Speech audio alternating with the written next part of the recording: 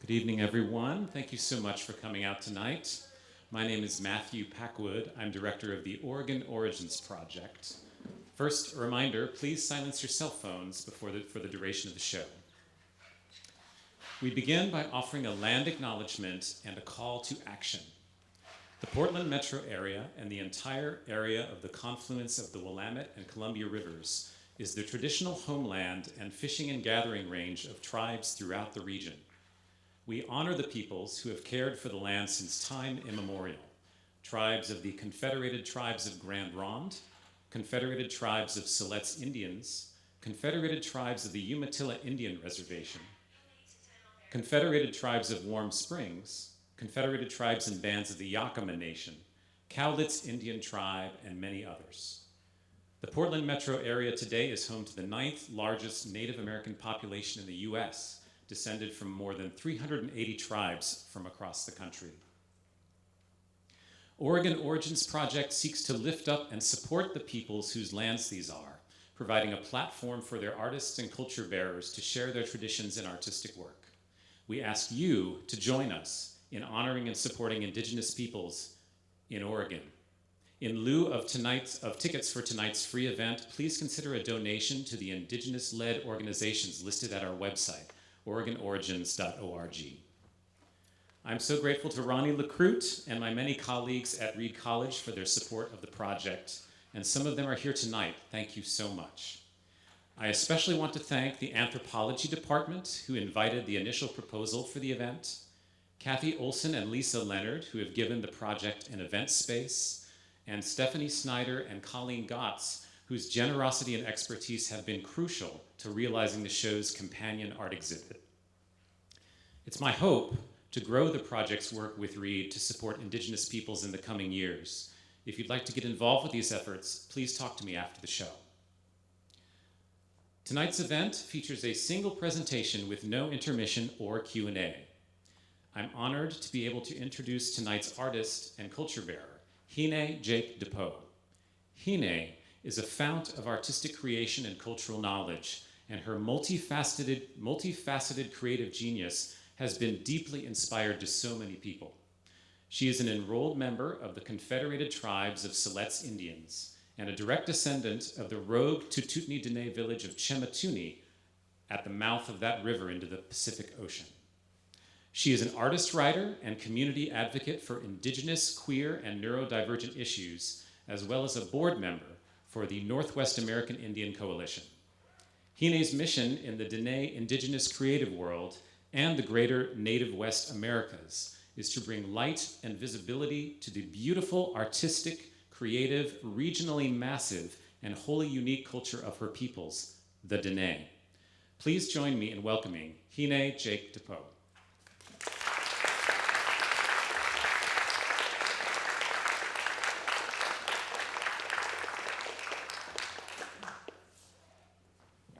Chela, which means hello in my Wayat, my language, my words. Wanti, welcome.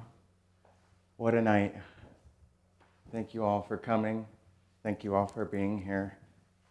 I'm just going to introduce myself a little bit after that wonderful introduction that Matthew did. And I want to thank Matthew, all of our donors, all of our supporters, faculty, students, and you, the general public, who has come and shown your support for me and shown your caring for Indigenous culture and causes in Oregon. It means everything to me. And I would go further to say that it means everything for us as Indigenous people in Oregon. Showing your caring is humongous, and to be welcomed in this way is humongous. So as Matthew said, my name is Hii-ne Jake DePoe. I am the direct descendant of Gisa Charlie DePoe and Minerva DePoe, who we have up on the screen here. Gisa is my great-great-great-grandfather, and he fought in the Robe Wars as a proud warrior and as the leader of the village of Chematuni War Party. Minerva, who actually went by Minnie, Grandma Minnie, is a Sixes woman, and Sixes was north of the Rogue River and just near Port Orford, to give you sort of a geographical reference there. And if you don't know where the Rogue River is, we're on the south coast in Curry County, just before the border of Northern California. And that is my ancestral homelands and where Gisaw and Minerva are from. And now just to share what Gisaw means, in our Wayot, our words, that means that which is within, and that's his native-born name. Charlie and DePoe are names that we were given, but names that we carry proudly now. And now I just wanted to do a little image of a close-up of his face when he was a younger man. This is again my great-great-great-grandfather Gisaw. There's a certain steely, stony glare in his eyes when he was a younger man, when he was still fresh from the wars and fresh from the hardships and the horrors that he's had to see. And now here he is as an older man. Now, Gisaw and Minerva were head leaders of the ghost dance movement and the warm house dance movement, which was a later movement through the 1870s and 80s and into the 90s where it tapered off. And now this regalia that you're seeing here is a mixture of both Tututni Dené regalia as well as unique ghost dance regalia and a bit of warm house, but primarily he's wearing ghost dance right now. And now, why is that important? It's important because it reflects his status as a leader in the community. You see, he has his wealth all around him. And now, one thing I'd like to point out, I'm going to go like this, be the teacher in the classroom. This one right there, that's a little basket cap with dentalium. And now, a basket cap in our culture is a gendered item. It's a feminine item that the women would wear, right there. But we have two spirit traditions that we follow as medicine people. And so as a medicine man himself, as a man of spirit, who would wear that when he was in medicine practice. And now looking at me now, you can see that I've carried that on a bit in my own way. Next slide, please. Oh, there we go, we're good. And now I just wanted to lead into sort of how we came to be as DePoes. This is my great-great-grandfather, Robert. Robert was taken by the white men for the purposes of going to Indian school. He was going to be sent to Chemawa, and he was sent to Chemawa in the first year of its operation, which historically was a rather horrific year for Indian children. His father and his mother, Gisaw, were able to get him back and send him to Carlisle in Pennsylvania, which is where he is here. And I decided to color his face and make him pop a little bit, see my family features in my own family. And so what we're doing here tonight is that we are going through a whole year of traditions as Tututni Dené people. And now, whereas in a lot of anthropological or historical presentations where in the past we're talking of historical things in the past, everything that you see up here are things that I gathered this year as a woman of tradition, are things that I use almost every day as a practical traditionalist and an upholder of my culture. And that's an important thing to keep in your traditions every single day. Live and breathe your traditions, as I'm sure you all have your traditions that you keep and hold closely, that define who you are as a person, as an individual, and as a broader community. So what we're going to do here tonight is we're going to go through a whole year, and I've segmented it out into spring, summer, fall, over here, and then winter. And you'll notice winter is very small, and we'll get into that. A little teaser. Okay, I did want to sing you just a little bit of a welcome song. And I'm going to do that with my drum, but I'm going to set my cane down very carefully, because I do need that, and I am disabled. Now, the drum here, I just want to share a little bit about it, is a drum that I built. This is a traditional Tututni, or rather, I should say, a broader coast Dené drum. And it's unique to my people of the south coast of Oregon, and it's unique to the middle and upper Rogue, Chetco, Pistol, as well as Toloa people on the California side of that border. Though we are one people as a culture, we're just divided by modern borders. So I wanted to sing you a song, and I wanted to give you a little bit about our dreamer spirituality in that as well. We receive powerful visions and things to do, our spirituality leads us and guides us in our life, and those are our ancestors. And our dreams are where our purpose comes from. And when we honor our dreams, not only as individuals, not only honoring yourself, but honoring one another by believing in each other's dreams in a dutiful way, then we can manifest them in the real world. And that's the way we are as Coast Indigenous people. So I'm going to sing you a little bit of a song here. I'm just going to do a tap. Oh, and I wanted to explain the tap. Let's see if I could go right there. Now, most tribes have skin drums. Prior to Spanish contact in about the 1540s, the Spanish were the first to contact my folks, way before America was ever given a conception.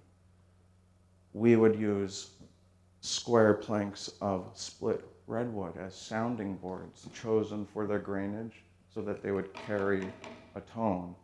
Now we use these skin drums, but we keep those traditions in our heart. So here I sing you my welcome song.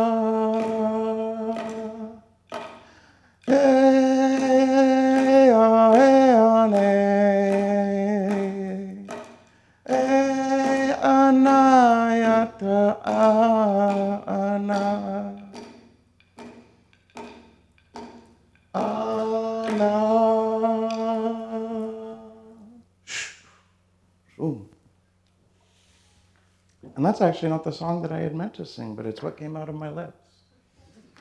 And that's how it goes for us. And so now we're going to segue into spring. And before we start our spring here, I did want to just say that after the presentation, everybody feel free to come down and take close looks at everything.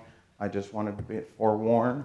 I do have working ads tools here, so please don't touch these because they're very sharp and I don't want anybody to get hurt.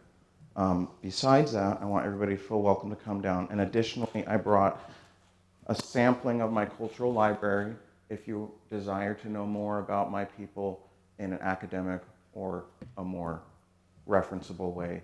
All of these books have a wealth of information on me. And so we're going to get into spring now, and we're going to start with a little video I did. Excuse my voice. Another part about it is I am in transition, so it's a little different for me to hear my voice on a recording that I was doing before that. And actually, I'm going to make one last note before we start that. Just to explain, I am a two-spirit trans woman, and that is a big part of my spirituality, my representation, how I express myself as an indigenous Dené woman through my art and my writing and all these things. These things have been on the land since well before any of us, well before America, well before Spain and France.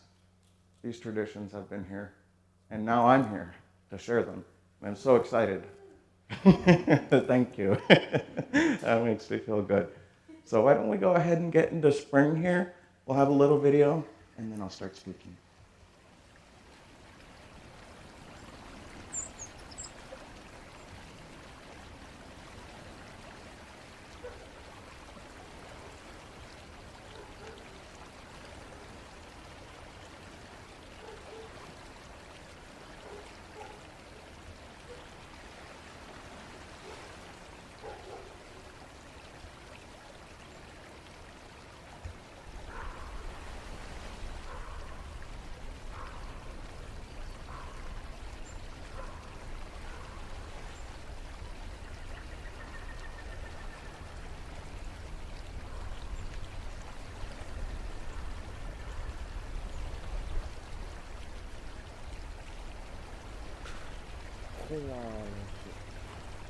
Tututni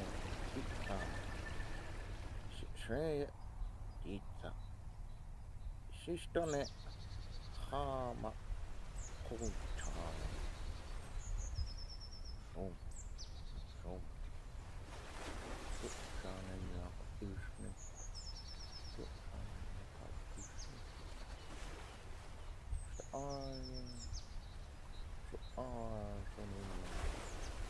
so.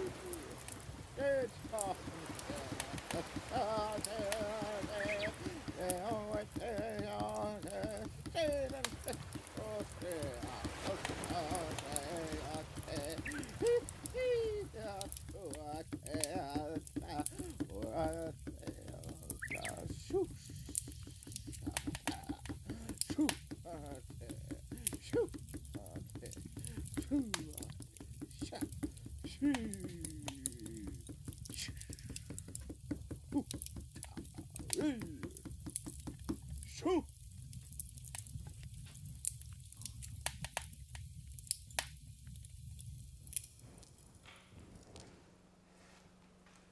And so as the stars turn, as they guide us through the seasons, remember that. We watch these stars, we watch them closely. Let's get to horsetail.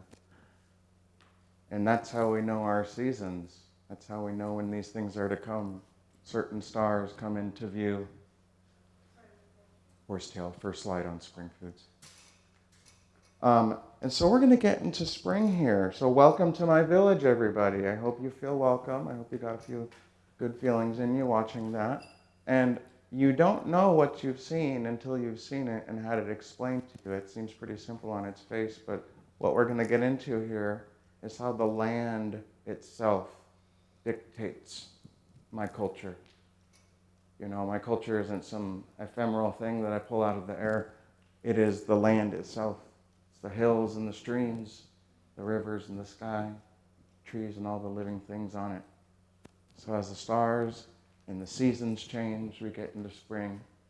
Beautiful time of growth, life, and new transformation after winter renewal. But we're not there yet. We're still in spring. So here we have some horsetail. And let me just pause again. Before we really get into it, I want to say that I don't want you to go home and think that this is all of my culture. This is a sampling of one Tututni Dené traditional woman's life in 1 year. And this is a whole year of dedicated gathering, studying, practice, and tradition. And I've said it to a few, and I'll say it to you all. If you engage in upholding your traditions in a daily fashion, you will be transformed. You will. Through the act of doing, you will learn intimately things of the land that mysteries. But let's get into some practical things here. We have beautiful horsetail here. Yummy, yummy spring food. Also a really good medicine. Let's go next. And I have just a little bit of horsetail here on my spring basket. But this horsetail is frond out, which means that we have all of these little hairs. They're not hairs, of course. I don't know what else to call them, but these little hair things that come off. And you can see they've grown out in this photo here. Now there's two things that we can do. Oh, my drumstick's saying, I want to sing. There's two things that we do with horsetail as a purpose and at a time. Now, as a plant, prior to when it starts forming these little fronds or palms or whatever we call them, maybe I should have Googled that before this. But before they get to this state, all of you, I want to encourage you, this next spring, go out and pick some. Make sure it's in a clean place. That's important. Always pick clean, okay? Keep that in mind. But this is just as good, if not better, than any asparagus you're ever going to eat, period. It's tasty. It's super healthy. Oh, gosh. And just touch my microphone. There we go. But treat it like asparagus when you're in your culinary practice. So don't pick asparagus or pick the horsetail and think, well, I don't know what to do with this. I need to get a hold of Hii-ne. Look up any asparagus recipe. But let's go to the next one. You can see my friend here, my friend Jake Reed, who is a youth director for Celeste Tribe. He really enjoys them in the spring. And this is how he enjoys them, just simply in a pan with butter. Just as simple as that. Nothing too crazy, not a lot of seasoning. And that's a little bit of the essence of our tradition, our culinary tradition that we keep as Costanese people, is the simplicity of flavors. But it is a simplicity of flavor that we build upon one another, like you're making a roux. But you bring all of these flavors together and you have a very flavorful dish. And keep in mind 2024, that's probably going to be a big thing. I'm going to be moving into the culinary sector here. But with regard to horsetail, once it has frond out, just don't take that home and start saying frond out. But once it's gone to this point, now it is a medicine, okay? And the medicine is in these little frondes. It's also in the main stem, but Once it does this, it goes from a food source to a medicine source. Now it can be used ground as a drink, as a tea, or just straight ingested, but you don't want to just do that because it's like bad tasting. Okay, let's go to the next slide. Here we have some sea asparagus. This is one of my most favorite wild traditional vegetables, and it grows all up and down the coast. It is super healthy. It is so healthy, and it is so yummy. And you could eat it straight off the beach. You don't have to jar it. You don't have to prepare it. You don't have to cook it. It's so crunchy. They're like little pickles already, like grown mini dill pickles. I don't know how else to describe them, but they're just so yummy. But here we have it jarred. And now that is something that I gotta remind myself, don't touch your microphone, Hii-ne. We as modern traditional people like to keep our stuff and we jar it. So we do a lot of jarring now. And you'll see sea asparagus jarred and put up the winter in this way very commonly amongst pretty much all the coast tribes. You can can it, but if you want to keep it through the winter, this is the way to do it. Let's go to our next slide. Oh, seaweed. Oh, I love seaweed season.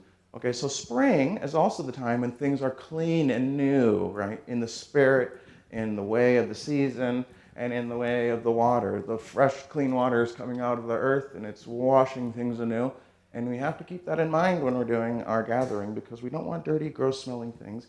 And as certain plants mature, they will gather naturally more flavors and dirt and all these things out of the air as they're cleaning our air and doing what they're supposed to do. So if you get them when they're young, then you get them when they're fresh, and you pick them when they're tasting good. So we have seaweed. There's many different kinds of seaweed. Up here we have different kinds of kelp, and now if we were able to get closer in that image, you see there would be red and green seaweeds, which we have over here. This is a red seaweed that has been dried, and now how we dry these is on large baskets or just on mesh metal screen. And they come out. Why don't we switch to our little camera here, and we'll do a little test or do. There we go. How does that look? How do my nails look? We've got our seaweed, and it comes out looking almost like an oolong tea, doesn't it? You know, like a black tea. And now you'll be amazed that when you put these in, say, your soup, your top ramen, anything that you would like nori in, you're going to love this. Period. And again, it is a superfood, incredibly healthy, and it will salt your dish without having to add any salt whatsoever. So just keep that in mind too. But these will just expand out. So you'll have from a tiny little bit, a lot to eat with. And now think about that in the practicality of being a Coast Dené person pre-contact, how having sort of very small foods that will get much bigger in the pot. Okay, let's go back to our slides. And we'll go past seaweed. Okay, now we're really getting into the growing season. Early spring is a time for a lot of spirituality. It's a time for preparing. It's a time for getting your tools sharp. It's a time for getting yourself ready for the big year of gathering you have ahead of you, because we have spring, summer, fall, all gathering. You only get 1 month off in the whole thing per our traditional calendar. It's May. But we see here, Dené, my favorite red huckleberry. There's purple huckleberries and the other huckleberries that are very common. I believe the most common on the coast is the evergreen huckleberry, is the one that we most say, well, that's a huckleberry. The Dené, that's our way out word for these. That means little red berry person. And I just think it's so cute. Now we have mushrooms, of course, a whole host of mushrooms that come out in this season. And I don't really have to get into the culinary value of mushrooms, because we utilize mushrooms really commonly in our diet today. And Oregon also is a humongous place where you can gather a lot of amazing culinary mushrooms. This over here is something that's very special that I really enjoyed this year. Just as a show of hands, does anybody know what this is? No, good. That's why we're here. This is skunk cabbage. Yeah, everybody's seen skunk cabbage. Stinks in the summer, that's what we call skunk cabbage. Now, in the springtime, though, it is a very valuable food. To gather skunk cabbage, to eat skunk cabbage. I thought someone was getting my attention. You want to get them when they're these small bits. Now, it's humongous on the screen, but essentially when the skunk cabbage begins growing in the spring, the leaves will form like a little romaine stalk right in the middle, where it will later grow the fruit, which is the yellow fruit that has a pollen and it smells. You don't want to eat that. There are medicinal uses, but generally it's not a culinary use. This is the culinary use per if the ingestion, because there's different culinary uses that we don't ingest the leaf. But if you want to ingest the leaf, you need to pick them young. Now, if you don't pick them young and you pick the large leaves, your mouth is going to be on fire. And that is because it contains a certain chemical that's very similar to mace or pepper or those sorts of things. Now, the bears, however, love that flavor. And they say in our tradition, if you want to learn how to eat, follow the bears. And in the spring, I did just that. I have a mother bear that I've been following, and I was able to follow her because she loves to just take a chomp of one piece of skunk cabbage leaf here and take a chomp over there, and then she'll nibble a little mushroom here and a little mushroom there, and she just gets all these little bites, and you can see the flavor palette that she's building for herself from the same foods that we like to eat. Let's go to the next one. Now we have more Hii-ne, red huckleberry. I'm sort of a gatherer of, you might say, luck. You know, you go out and you hope that they're growing and you hope that other people haven't taken your berries, you know, because we all have our spots. But I was lucky to get a big batch of Hii-ne that day. But we have up here what is called ghost pipe. And that's a very powerful medicine that I was able to be blessed to find this year while I was in my springtime gathering practices out studying this very thing.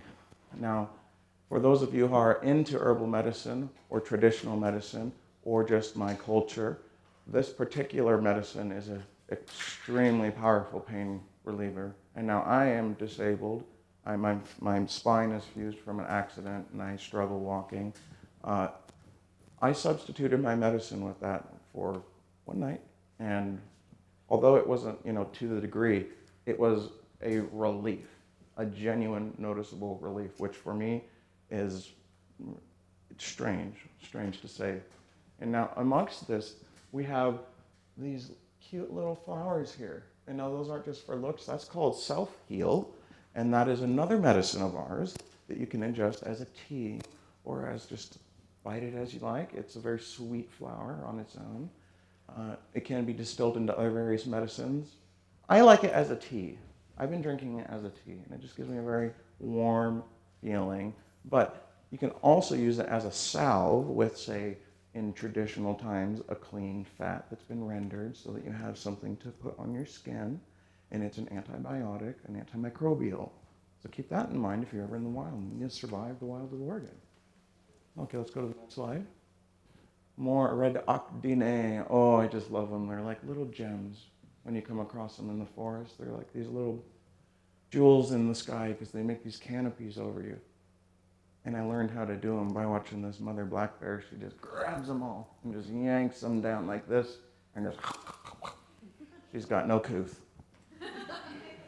Let's go to the next one. Oh, here we go, lobster mushroom. This one was really fun.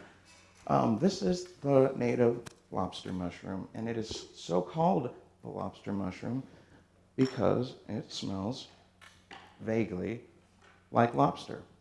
And let's go to our camera now. I'm not going to sit down because it's hard for me to get up and down like that. And I think I'll actually open this. And so what I did with this lobster mushroom is a big part of our gathering is drying. And more than drying, it's curing.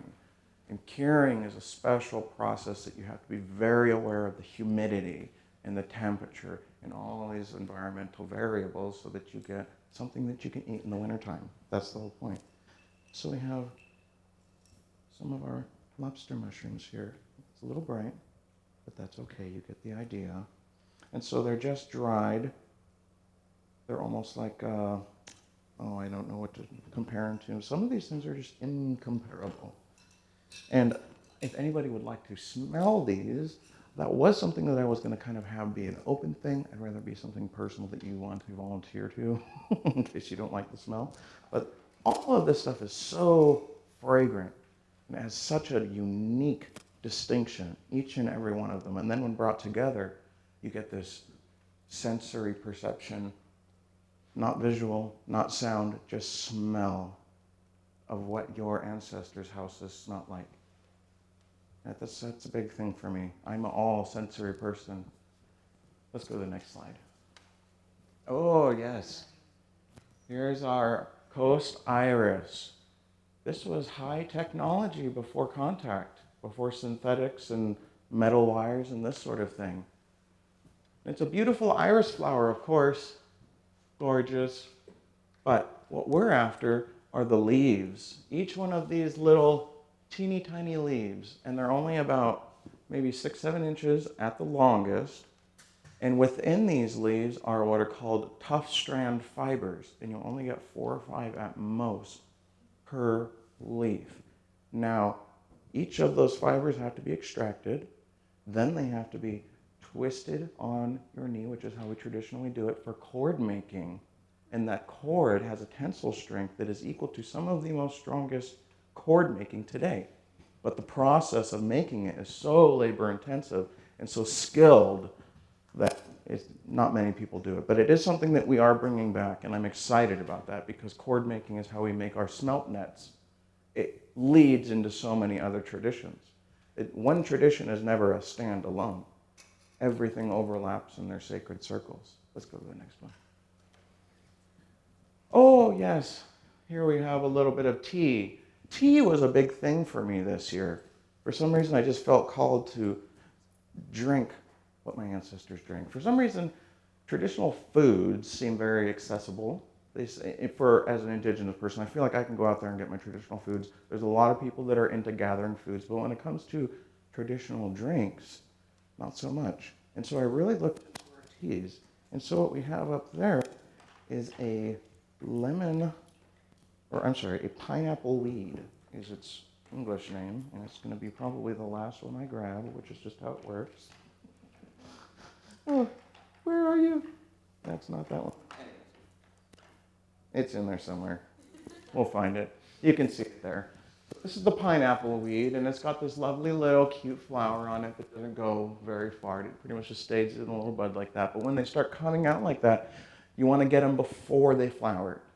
Now this is, again, a tea. It can be a medicinal tea, not very powerful. This is more of a flavor. It's just a lovely flavor. And it's so called pineapple weed because when you crush this flower in these stems, it gives you a very pineapple fragrance, and distinctly pineapple too. It's some things they name a certain thing and you smell it and you go, I don't know what they were thinking. This one, absolutely. And the tea is lovely. Absolutely lovely. Let's go to the next one. Rose spirea. This is another one I learned about this year. This is the flower of the rose spirea. And the flower is a lovely tea. It's a lovely medicine. But it's the leaf of the rose spirea that we're after for a tea. And now the dried cured tea leaf of the rose spirea comes out looking just like this. It doesn't look like much. Why don't we go to the camera? I'll just pull out a few of these, like that. And now here's a rose spirea that's been crushed up just for tea making. And I do use this at my own house quite frequently. And I see the flavor is very reminiscent of a combination of a black tea, and it smells just like a Lipton tea. So with that fragrance, I really enjoy it. Let's go to our next slide. And here we're on the coast, we're on the beach, and we're gathering up some red clover, our Oregon distinct red clover, and it grows on these sea cliffs, and it gathers up a little bit of that salted sea spray, and it grows so lusciously. And these little red clover leaves make also a wonderful tea, and I kind of have them sprinkled apart. Let's go to the next slide. And now here is one of our very few native cobwebby thistles. Now this does make a tea with the flowers. I think most people are actually pretty familiar with that because it's kind of a global phenomenon making teas out of thistles. With regards to this, I wanted to highlight it because it is a beautiful native thistle, the native cobwebby thistle. And we have so many invasive thistles that I just wanted to show you what a native thistle does look like. Next slide, please. Oh, and sweet root. sweet root fern, licorice fern. I'm going to sit down for that one. Let's keep the slide up. I'm going to pull out my roots right there. Okay, we'll get that ready. Okay, this is the root, the rhizome of the licorice fern. Now, the licorice fern, the sweet root fern as we call it, is a small fern. It's a hardy fern. It likes to grow in the boughs of trees and in swampy areas of deciduous and forests and that kind of thing. But this particular fern is special because its roots have a distinct and strong sweet anise flavor, just like you were biting into an old-fashioned black licorice. And now when added to a tea, it imparts that flavor, of course. Added as a medicine, it is very sweet to go down. Now, I was suffering with some dental issues here about 2 weeks ago. As a medicine, I was told, well, if you take a little bit of that sweet root and you chew it up and you press all that stuff down in there, it's going to help with that pain. And by golly, it did. I mean, it wasn't a bridge by any means, but it filled it up so that I could chew and I wouldn't have that hot and cold sensation. It was so shocking. And a mild pain relief. Nothing crazy. You know, you're not taking opioids, right? We're not getting that kind of relief. It's just a mild numbing, a relief so that you can continue on. But this, I really like this. And this particular fern has called out to me many times. I've worked with this fern a lot. It gives me songs and it gives me a lot of guidance and a lot of medicine. And now as a treat, it was very popular just amongst the kids and the adults, particularly if we were traveling, if we were going to be walking during the springtime, say over Slet's Hill to get to our Camas prairies, which is another thing that we are studying now. They would go and pick some of these because it's similar to ginseng in that you can chew it and receive energy. It's an energy-giving medicinal. Okay, let's go to our next slide. And here's just another beautiful photo of the self-heal. I just wanted to give you a close-up of just the beauty of these things. And this is the beauty of what you're living with in your culture. You know, it's not a flower in a field. This is my culture. Look at how beautiful it is, just by its natural state, with nothing else said. I'm going to remember that. But this particular flower I just thought was so gorgeous. And being in nature and studying these things as a seasonal traditionalist, you begin to notice all of these very small little moments of beauty. And then before you know it, your life is filled with all of these little moments of beauty. And then you realize it's all around you all the time. You just have to look for it. You just have to be in it. That's next slide. Kinnikinnick. Bearberry. This is a traditional smoke of my people, as in like a tobacco. Now we would mix this with tobacco. And I have some spring kinnikinnick in my shell here. And I'll just kind of, you know, you can kind of look at it like that, but it's on the screen anyway.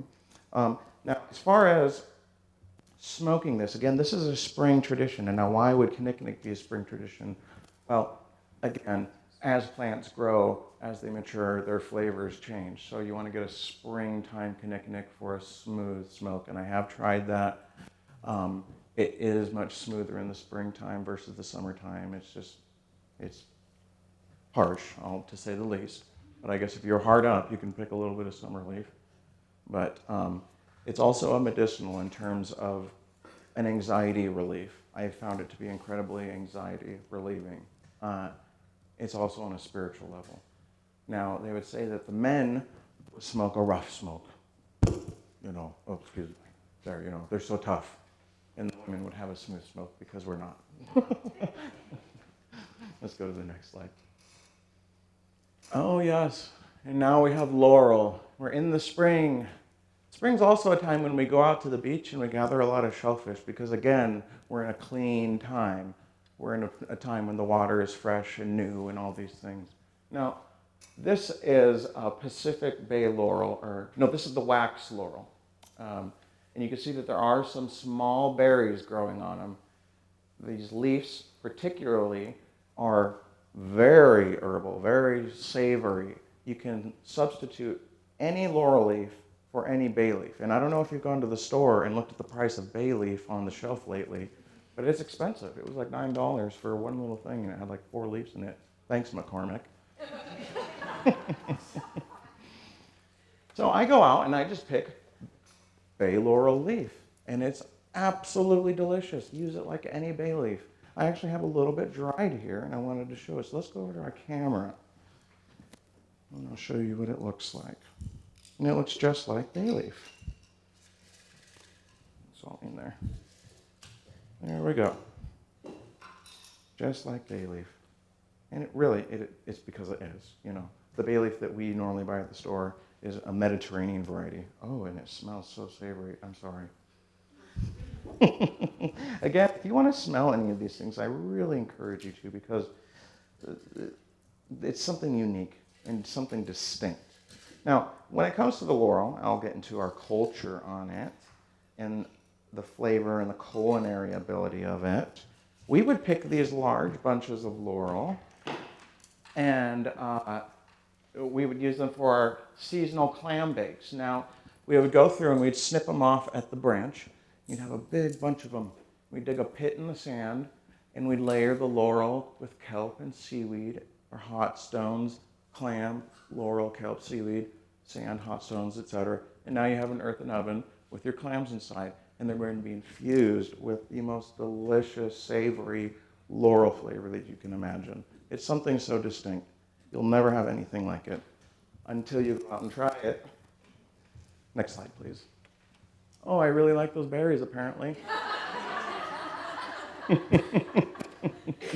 Let's actually go back, because I had a point there. So what I'm doing, actually, is I'm drying. Now I'm in the process of drying these. Now, you don't get much. So there's already one little teeny tiny one. And they're really ugly when they get dried. They're really ugly. And they almost look like they're moldy, like there's a little fine white powder on them. Don't throw them away. That's sugar. It's sugar. If you've done it in the right way, the sugars come out, they're expelled out of the berry, and they're kept on it like a crystal.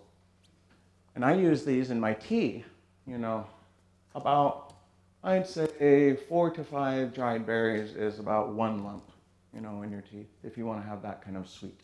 It's not the same as cane sugar, of course, but you do get a similar level of sweetness. Okay, let's go to the next one. And we have more of our pineapple weed. I wanted to show you as it appears when you're gathering it. You don't really have to do anything particularly special beyond getting your dead parts off, your bugs off, wash them, of course, wash everything that you gather, get your dirt off, and remember that you're preparing this to have a nice, delicious tea.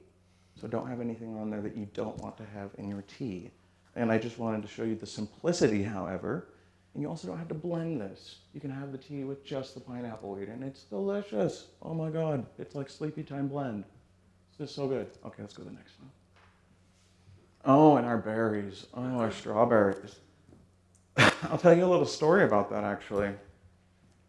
Our strawberries are kind of a spiritual thing.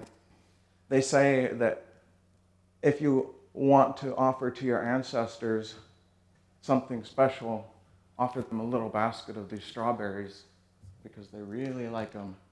And we really like them as Costa Nape people. I think everybody really enjoys strawberries. Something just special in the season. And I think it's carried through to today, because as a Oregon community, now as a broader Oregon community, we all enjoy the seasonality of our farms in the Willamette Valley, and strawberries are still a big part of that. And that culture has carried through strongly. Let's go to the next one. Oh, let's go ahead and stop. So we're going to go ahead and segue into this next part here. This is going to be kind of fun for me, because this year I was able to follow a lot of our wild seabirds who we gather eggs from. And that is a particularly feminine tradition as a Costa Nape people, as a Tututni Dené people. We would go out on our canoes onto the large sea stones that you see out in the water where the birds gather, that we now have migratory nesting grounds. Those migratory nesting grounds that are now protected were our similarly protected gathering grounds. And now we were able to preserve these eggs and do lots of things in them. I will show you some examples of eggs once we get there. I did not gather eggs. I hand painted them so you can see what they look like. So I'll get those out after we do this, but we'll just do a little video and then we'll get back into it.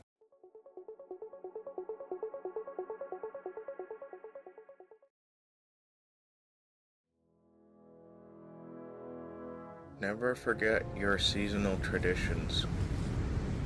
It is these acts of tradition in our ancient and living coastal culture that breathe renewed life into each new season. Each of these seasonal traditions have a deeply rooted and exceptionally meaningful purpose for your own spiritual and personal growth as a Tututni and Coast Dené, forming the very real relationships with the living things that we gather from, that in turn give us sustenance and life itself. The birds flying in the air are holding in their wombs the eggs that will lay, that we will one day once again gather in the old way and eat. Through that simple act of putting our bodies, these wild foods, we are in all ways committing to this deepest communion with these living birds, the land and water that sustains them, and of course, the Creator, Hii-ne, the Giver, who made us all. Shoot.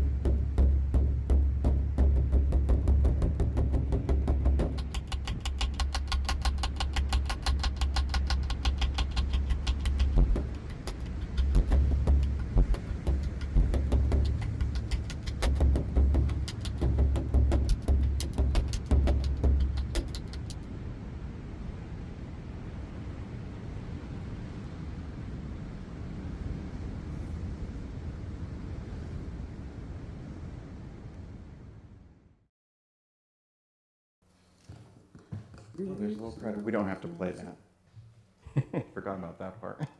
So welcome to the middle of spring. Now we're getting closer to June. Okay, we're approaching summertime. This is when the seasonal seabird eggs start coming through. I'm actually going to leave that there. Why don't we go ahead straight to the camera here, and I'm going to spend some time in here. And I'm going to sit down for this, if you'll forgive me, folks. I just got to manage my energy here. Because I get excited and I don't self-manage a lot. And so what I've done is I've just painted some eggs. And I did this sort of as a reward. Now, all these photos that I took were when I was out at these traditional gathering places, the traditional egg grounds. And being with those birds, you learn a lot about their character, and you learn a lot about their individuality. And you sort of begin to see that these aren't stupid birds, you know, these are living communities of breathing animals with their own culture, their own traditions that we've been following and we emulate. And so now we have all these little eggs, rather large egg here. This is my painted, I'm going to actually see if I can go one down. Maybe that's just a tiny bit better. How's that look up there, folks? Is that okay? Yeah. Okay, thank you. I appreciate the feedback. So I've done a replica true goose egg here. Very large, yummy, yummy, yummy. That's going to feed like 2-3 people maybe. You know, so think about how many of these will gather in a single season. It will be dependent on the birds. You see, there's matriarchs out in the field who spend time and they live with these birds through the whole season. Before they get there, until they leave, there are matriarch women who are the owners, as we say in the English. But in our way, we are not possessors, we are stewards. Correct? We're there to ensure that these animals are taken care of, that their eggs aren't over-harvested. And think about the dedication that that matriarch and her apprentices, nieces, and daughters and all of that would have to have.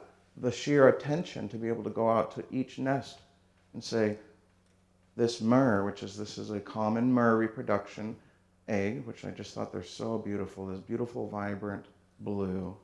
Now these are seagull reproductions I did. They had this beautiful speckling on them. And this is another kind of seagull here. And these are actually really quite close, so you can pretty much, I actually almost had somebody say, I'm going to call the EPA or something on you. I said, there would. I got them at Hobby Lobby. But anyways, the tradition of gathering eggs is something that, as a people, we are barred from doing now. And now, this is not one side oppressing the other necessarily, though that is its origins. Today, now, it is a cooperative agreement between tribes and stewards of the land, such as forestry, fish and wildlife, and state departments like that. We work with them to ensure that the biological habitat of these birds is maintained and protected and kept in place as our ancestors knew it, as these birds have known it for however long they've been here, 10, 15,000 years. Maybe I should have Googled that one too. And the whole idea of gathering eggs was just such a fascinating thing for me because it just opened up this entire matriarchal world of dedication to tradition. And dedication in that you are living in this place. You're living on this sea cliff. You're inspecting every single nest in an entire habitat without disturbing the birds. I'll try to figure that out. How do you do that? I can't walk up to these birds more than a half mile away and they're like, they're gone. So I really marvel at my ancestors who were able to be out there and keep such a tight watch on these things. And now when the gathering groups would come in, they would be on the sea cliffs and the matriarch would say, you can gather this egg, you can gather that egg, you cannot gather those eggs, you will not gather from this side whatsoever. And then she would keep track of whose nests were gathered from. Common myrrh only lay about 2 to 3 eggs in a single season. So we don't gather more than 1 egg per nest. And if a bird only lays 1 egg, then we don't gather from that if they're having a poor year at all. And so it's always about the viability of the animal, of the population, to ensure that it persists, it goes on perpetually, as it always has been, these seasons that we live in as indigenous folk. What else do I have in here that's just so fun? A whole bunch of other things, but I think we're going to go back to our slides now. Okay, and now on the topic of eggs still, we are here now off the shores of my village of Chemituni. Chemituni means where the water mixes in, describing the action of the bay and the river coming together at the ocean. It also means the canoe landing place. It was a big, proud canoe beach where all the ocean canoes would come in and the big river canoes would come in. It was like the Portland of our village system. There's always these hubs where people come together and trade and gather and do all these beautiful things and lift each other up at the same time. So here we are on the beach and we're looking out at Pyramid Rock here. And now just on the left is Needle Rock. Now both of this and that whole system is a vast system of egg gathering grounds where our matriarchs would be taken out by crews of men on big ocean canoes 50 to 80 feet long, up to 10 feet wide, ocean canoes of a single log. And they would drop them off and they'd make camp on those stones for us, however long it took to gather their eggs. And I just think of the bravery of what that means, to be dropped off on a sea stone in the middle of the night, in a raging ocean 2 miles from the land. And think of the skill it took those canoers to get them there, park them there, safely get them on the rocks, off and back to the village. It speaks of a depth of skill and community that I think most of us can only dream of. Yet, what did I say about our dreams, right? We say, I can only dream of that, like it's a missive Dreams are what we manifest our reality from. Dreams are what all of this came from. So don't ever discount your dreams. Let's go to the next one. And now here we are a little bit more close up, and I got to stand up because I get excited looking at these. I love these particular set of sea stones because they speak such a big story of the history of my village. Now, my village, again, is the name Chemi, and it is on the north mouth of the Rogue River.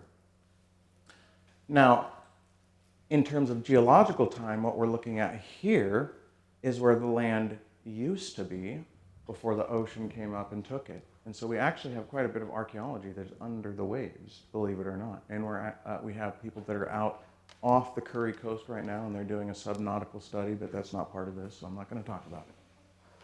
But these stones are, again, our egg gathering grounds. But with regards to the men, this was also a seal and sea lion hunting ground. And now they said that those men were so skilled when they would hunt the sea lion off of this. And let me pause, actually. When we would hunt the sea lion, we honor these animals like our relatives because they're filled with our ancestor spirit who came down and said, would you come and feed my family? And if that animal said yes, then so we'd take them home.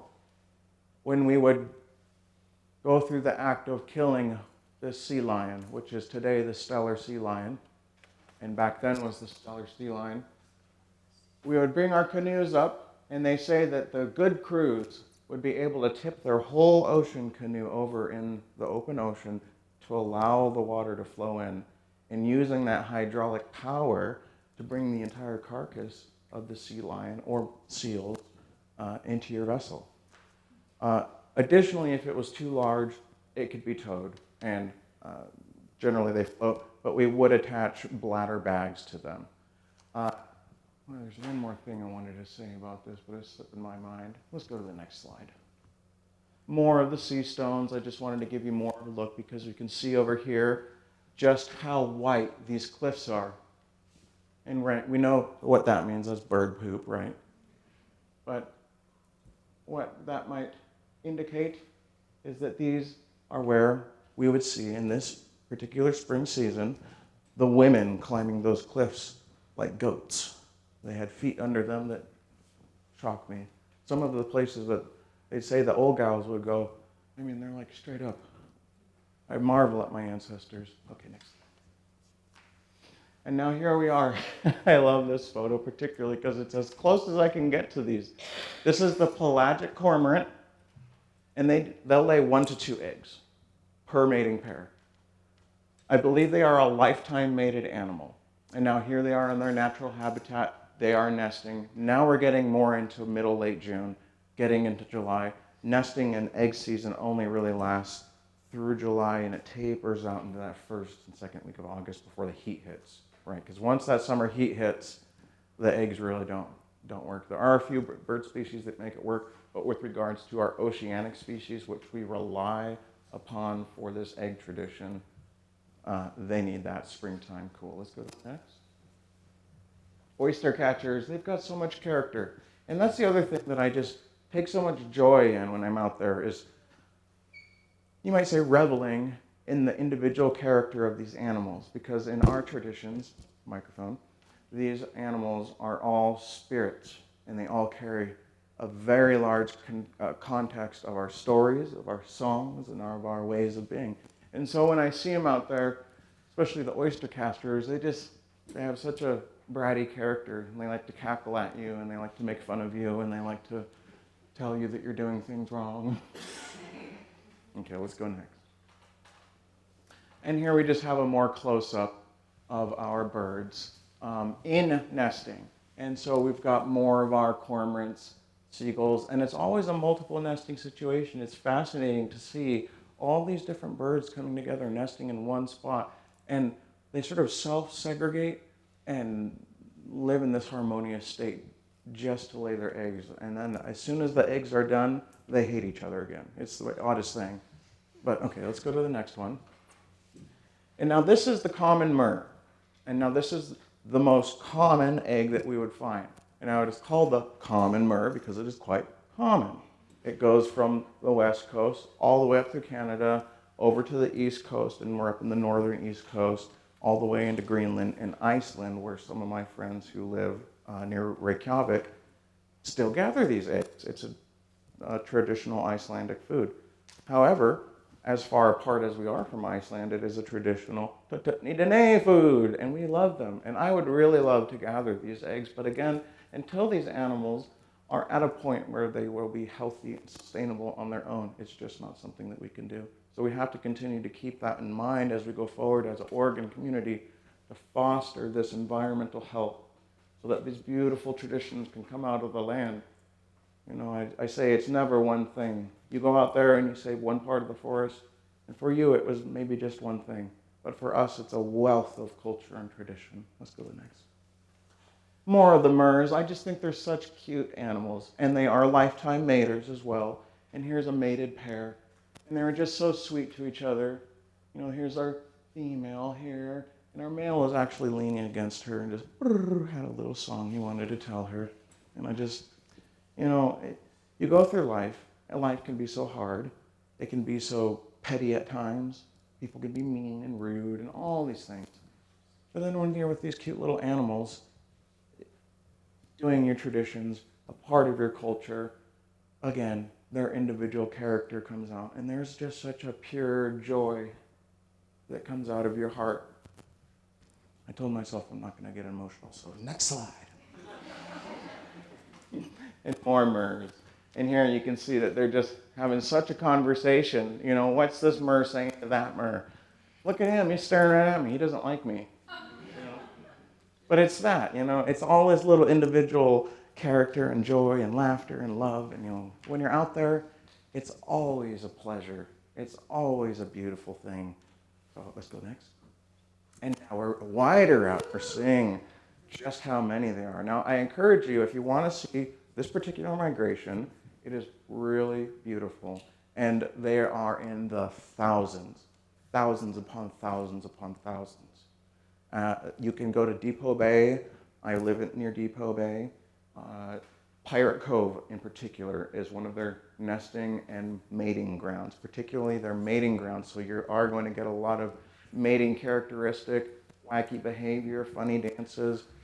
Great opportunity for photos. It's just lovely. But again, I'm out there in my traditions, in my cultures. I'm learning from these animals. And I keep saying that individual character, right, because it is these birds, individual, and then community character that defines the tradition. You know, I don't go there and I say, this is my tradition, birds, and I'm going to take your eggs. They dictate to me this tradition. And now here we are in the spring again with our gathered eggs, with our gathered kinnikinnick, with our gathered laurel together. Yeah, maybe we're going to have a good meal tonight and have a little smoke after. Next slide. And of course, the eagles, golly, guiding fathers of the sky, beautiful mothers, big spirits. Don't they guide us all? Don't they? You're out there in that land. You're studying your culture and your traditions, and then out pops this big eagle.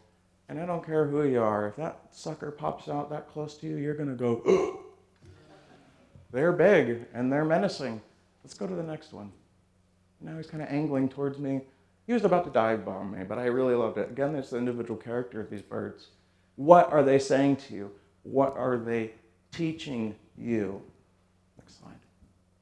More oyster catchers. Let's go to the next. I just love their little character. More of these gorgeous birds. Next. More birds. Next. Forgive me. I just love those birds. But here we are in a springtime village. Okay. And this is an important historical image that you will not see again. So sear it into your brains if you like. Don't if you don't. But this image is important because this shows you what our springtime dry house, dry cache, curing facility, food preparation houses look like. So all of this here was happening in all of this here. And now, as I keep saying, the land defines the culture, but it also defines where we would be. Whereas Western culture is largely defined by its ability to do anything anywhere, to dominate the land. We'll build a building here and we'll just cram it in, and by golly, it's a monument to our achievement. As indigenous folk, we are dictated in our etiquettes, in our protocols, and of our way of being, where we are, by the very makeup of the land. And so we have our dry houses here, set upon a spring drinking creek. No waste in that, otherwise you're going to get in trouble with Auntie. That's drinking only. Okay, folks? Now we have our fish racks all over here, and we have fish hanging on our racks. We have our dry houses. And now these dry houses are really unique. We have one that's sort of a semi-modern fusion here because it has a wooden roof, and it's used planks. And so this is, I think it was dated 1892, I could be wrong, somewhere in there. This is just north of my village of Chemi, between there and Port Orford. Now we're on a dune on the ocean. I want to draw your attention to this particular house because the architecture is so special. And now the architecture of that has helped me in my cultural curing ability to know and to derive certain humidities and temperatures. It has a grass roof. It has loosely planked walls. And I thought about that. I thought, what are they trying to do in there? I mean, they're not just shoving their pre-dried stuff in there and saying it's good. There's something to it. The wind blows through those houses. The sun hits the grass. The air comes through and flows up and down. It's elevated off the ground, so you have that temperature differential, whereas our normal pit houses are usually put about 3 to 4, even 6 feet deep into the ground as a 2-tiered pit with the plank home above it. Okay, let's go next. Oh, we're still in spring and I'm drying, so now I'm curing my mushrooms here. We have them on the platter, our lobster mushrooms, and this is pretty much how you would see most mushrooms on tradition dried. We would also put kelp salt, which is a naturally derived salt that we make ourselves to help in that process if we so desired. Additionally, with mushrooms, we're fans of stringing them. So you would see long strings of mushrooms and they'd be dried, and then you'd roll them up and toss them in a corner of the house that would be appropriate, because the whole house is also a food and culinary tool, but we'll get into that. Next slide, please.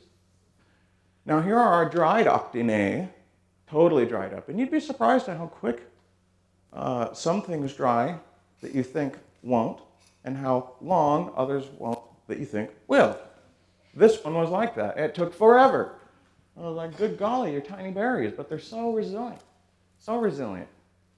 And they're just so sweet as well. And so I just wanted to give you an image of what that looked like. And these are delicious, delicious in a tea. Or if you just put one in your mouth and you just want a sweet flavor to like cure a little bit of a, sweet tooth you might have. I keep chocolate all over my house and stashes, and so I need something to keep me from that. Okay, let's go next. And now here we are in my particular modern dry house. My house, the living Tututni Dené culture of Hii-ne DePoe. I just wanted to give you an image of what things were going to be looking like. And now, although we're in a modern house, it would look much the same in the pre-contact days. Art strewn about, all of your drawings, your fishing stuff, your regular goods. It was a living, breathing space. It was practical. It was daily, but it was transcendent. It was deep. That's sort of the nature of what we do. It's sort of the ethos of who we are. I keep saying it, but it's never one thing. There's always these overlapping circles of sacredness. Okay, let's go next. And here we are with my teas. Oh, I love this. Now here is our lobster mushroom. Not a tea, of course. You don't want to do that. It'll taste weird. We have blackberry leaf. Now, there's only one blackberry that's native to Oregon. It's the Pacific dewberry. Okay, and it has a very thin vine versus the Himalayan. Thank you. The Himalayan, which has a very thick vine. The leaf of the Pacific dewberry makes, again, a very, very wonderful tea. And I encourage you all to try it. Pick them before the berries are ripe. Pick them in the spring, again, to get the best flavor. Very Lipton-like. Not too strong, definitely not weak. Will help your throat if you have a sore throat. Most of these will help your lung, throat, and digestive issues to as much or better of any over-the-counter medicine you may get. Now, we have our root over here, our sweet root up here, pineapple weed, a little bit of spring connectnick. I separated the rose spirea leaf, or the flower, from the leaf because to me it seemed oddly that there was such a distinction in their flavor. They're coming from the same plant, yet they're completely different. And so I just wanted to have that distinction for myself because the flowers themselves are very quite sweet. I gotta keep moving so I have time for fall and winter still. Okay, let's go. Let's keep going here. Here's a tea. This is what you will look at a traditional Tututni Dené tea. And now we're about into summer now. We're transitioning into our summertime. It's very late spring. We're enjoying the fruits of our labors now.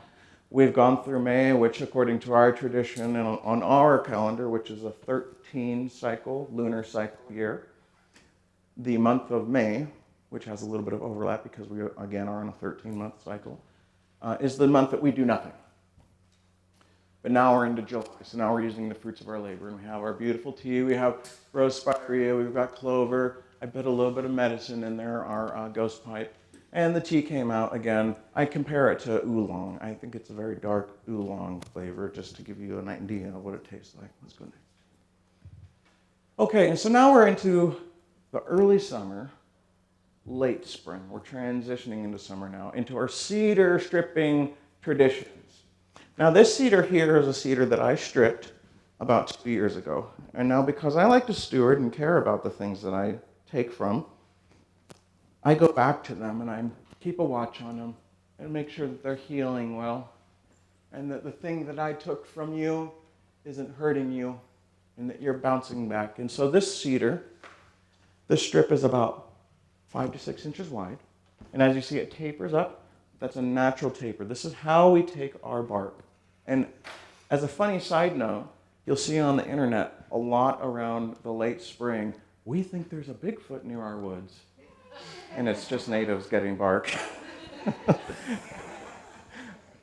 So this is the end result. I've got a whole bunch of different types here. Now, this isn't the best looking, like I'm not the most master cedar gatherer, but it does work really well for me and what I do. I do a lot of practical stuff. My focus is a lot of utility. What do I do every day versus making my culture an event, or something that I look forward to like a holiday. It's not.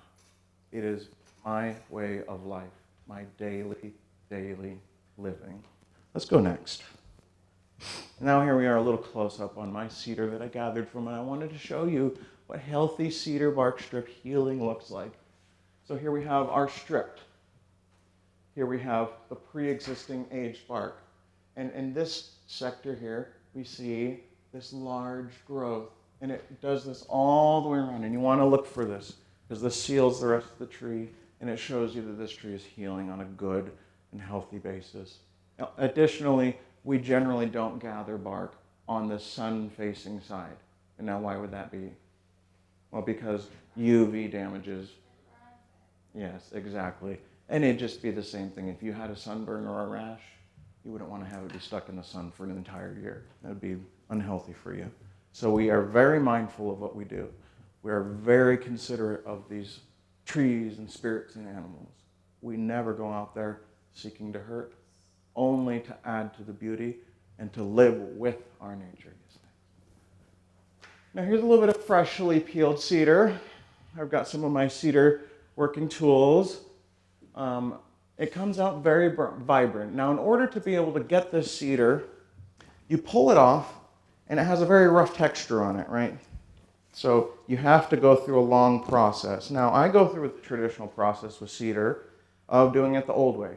And so I throw my long piece of bark in a creek and I just let that water flow over it and let it soak, let it get wet, and it softens up that rough bark on the outside that you have to strip off. And then you wind up with a very thin product that's very strong. And now from that cedar bark, we have lots of weaving, basketry, but we like to make a lot of hats. This is a hat that was made and gifted to me by a woman named Nan McDonald, who is a wonderful basket maker out of Powers, Oregon. She's a wonderful keeper of tradition. She gifted this to me 2 years ago, and it is made out of cedar, red cedar. It has a little hat band in there, and it just means so much to me. But this particular style of cedar bark hat is a canoe cap, a canoe style. So we have different hats for different uses, right? Just like we do today. Almost 9, oh my goodness, okay. Well, we go next. Cedar rope, more on the practicality. Let's go to my camera, actually. Bloop, just like that. Cedar rope is something that I think is really fascinating. And I know that rope's not a particularly fascinating topic for most people, but for me, because it is just so practical, I think it is just so fascinating. And so you can see just sort of the weave on this is essentially just a 3 flat braid. But it's very, very strong. And now if you want to make this even stronger, this would be just considered like a utility rope. Use it around the house, bundle your goods with it in the garage or whatever, you know. Now, if we were going to use a canoe rope, we would do the same thing, except we would incorporate 1 strand of rawhide through the center of our braid. And now that would give you the strength and the tensile ability to keep your canoe on shore, or tow your sea lion, or, you know, there's a million uses for these things. Okay, let's go to our slides. I'll actually leave that right there. I got more cool stuff. Where are we at? Oh, just another visual of the braid, but let's go past that. Oh, our grease lamps. Yes, now we're getting into grease gathering. This is an important aspect for me as a cultural person, is the gathering of grease. Now think about going home and cooking. What are you going to put in your pan first? Are you just going to put your steak in a bare pan? In a dry pan? No, you're going to probably put some oil in there. You know, make sure that your pan is cooked right, or your steak is cooked right. It is no different for us. Grease is life, okay? Now, the gathering of grease is essential for many, many, many, many things, a host of things. One in particular is food, but in the image you see here, it is in the fashion of a grease lamp. There you are. I just had to find it. It was at the bottom of my spring basket. Doo, doo, doo. And now grease lamps, of course, are a very utilitarian thing. We need to have light in the house at night. You need to be able to walk through the woods if you have to go find like your lost sister or something. So what you're looking at here is just a very grainy picture of a grease lamp. It does not emit a ton of light. It gives you enough light to work in about a 3-foot bubble of illumination before it gets dark again. Let's go to my camera here and I'm going to show them what we have. So here is a traditional Tututni Dené grease lamp. We have our grease lamp and it is full of grease, which the name implies. Inside of that is our wick, which is the end here. This is your burning end, and it will burn through our grease and, of course, provide you illumination. Now, that wick is made out of this. This is the leaf of the iris that I explained to you earlier, that is our tough leaf fiber iris. When they go past their tough leaf stage, so these we can't use for strand anymore, we can braid them, and they make a pretty decent utility cord. However, as a wick, they work wonderfully, especially in the grease lamp mussel shell fashion like this. I think most of us have seen in anthropology class a picture of a clay grease lamp, perhaps from the Middle East or the Mediterranean. Same principle, exact same principle. Some things are just universal, but their design and their style are taken from the land of their origin, as we are as Postene people. Okay, let's go to our slide here. Yes, pitch season. That is an important thing. So here we have me and my rainbow Crocs, and then a basket of pitch. This is Sitka spruce pitch, okay? Now, when you gather pitch as a traditional folk, keep your pitches separate because one pitch is not the same as the other. A Sitka spruce pitch is a natural antibiotic, antimicrobial. This particular pitch I made 3 ways. Let's go ahead and go to my camera, and I'll give them a visual here. So I wanted to try a couple of things. So here we have my pitch that I made. On this side here, I'm going like that, is a soft pitch. And I'm not going to put my new nails in there because they'll get dirty. But it is akin to peanut butter, maybe just a little thicker than peanut butter in viscosity. Now this is something that you would use in carpentry widely or in greasing your wooden hinges, protecting surfaces that need to be weathered or protected from weathering. Whereas this pitch here is a very hard pitch. Now you have to light this on fire or get it very close to a heat source to be able to make it flow. However, you can hear it's very hard. It seals and hardens just like any hard epoxy, or better, because it has a flexibility to it, whereas modern chemical epoxies are more crystalline in their molecular structure. Now down here, we have my medicinal. This is my unfiltered medicinal Sitka spruce pitch. Now, we have the difference here, right, is that this pitch has been mixed with alder wood ash to make the pitch.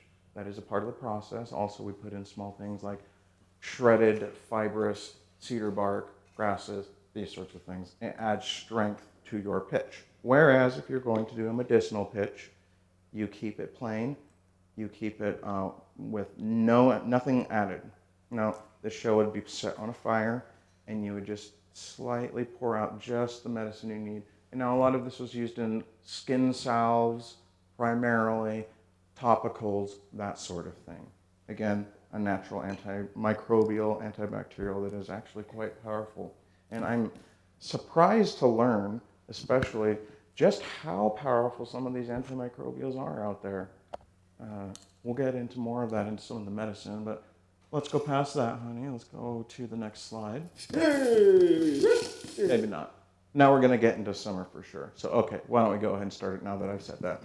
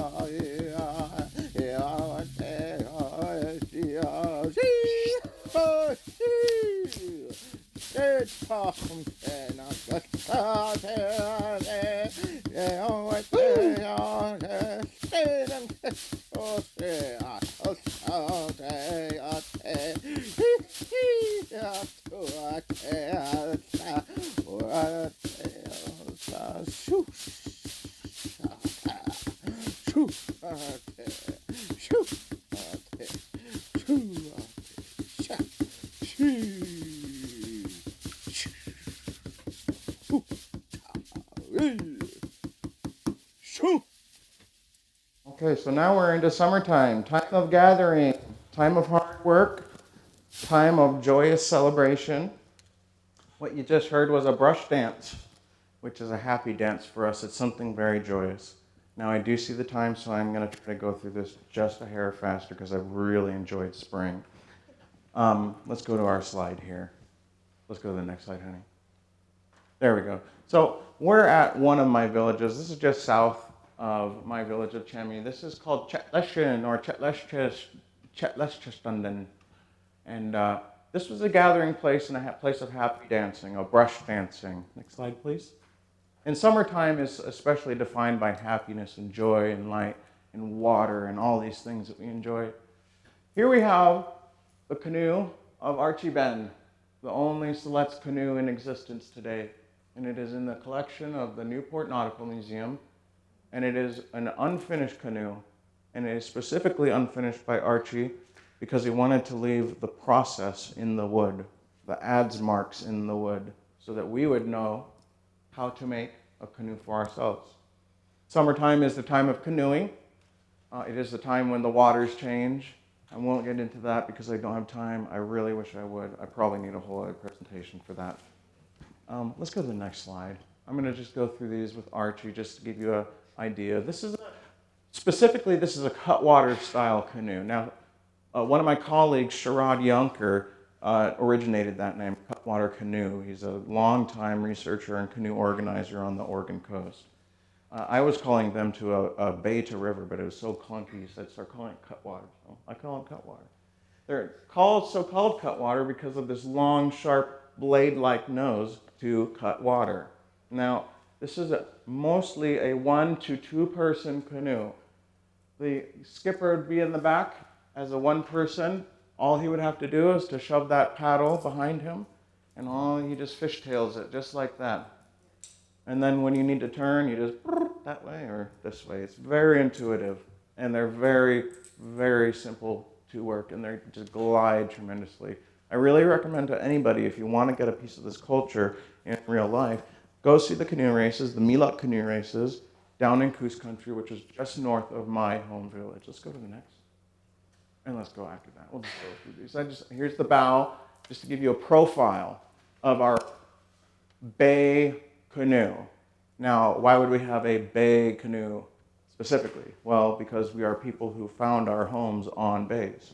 And so we design our canoes for the water intended. Next, please. Okay, and summertime, we're starting to get into a little bit of hunting. I just wanted to show you a little bit of the archaeology. This is on display actually at the jet boat, Rogue River Jet Boat Tour Museum. They have their own little museum, which we're thinking, I won't go there. That's a whole other topic. But we have a little bit of our basketry. We can derive our summertime basketry. Grasses are growing. These things, ferns, we get a lot of stranding, a lot of weaving. I am not a weaver. I'm going to say that. I know how to do some weaving. I'm not a particularly good weaver, so don't ask me a lot of questions about it. But I do enjoy gathering the things that they're made and then gifting those things to the weavers, because then in return I get beautiful things back, and it's a lovely full circle. Oh yes, here we have our abalone adze. This was fun to make. I made this just this summer. Now adzing, we're getting into a full summer tradition now. We've got canoes to make. So we have this big adze. Now it's been made with the abalone shell, and this is one that you would be standing and it'd go right through the middle of your legs in that fashion. Whereas an adze of this style is a one-handed fashion like that. All made to take wood off at an incredible rate. Some of them call them the planers of the knife world, and there's a whole bunch of other nicknames I can't remember.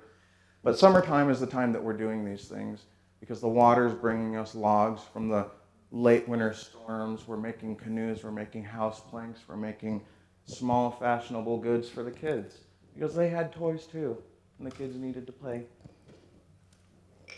Okay, let's go to our next slide.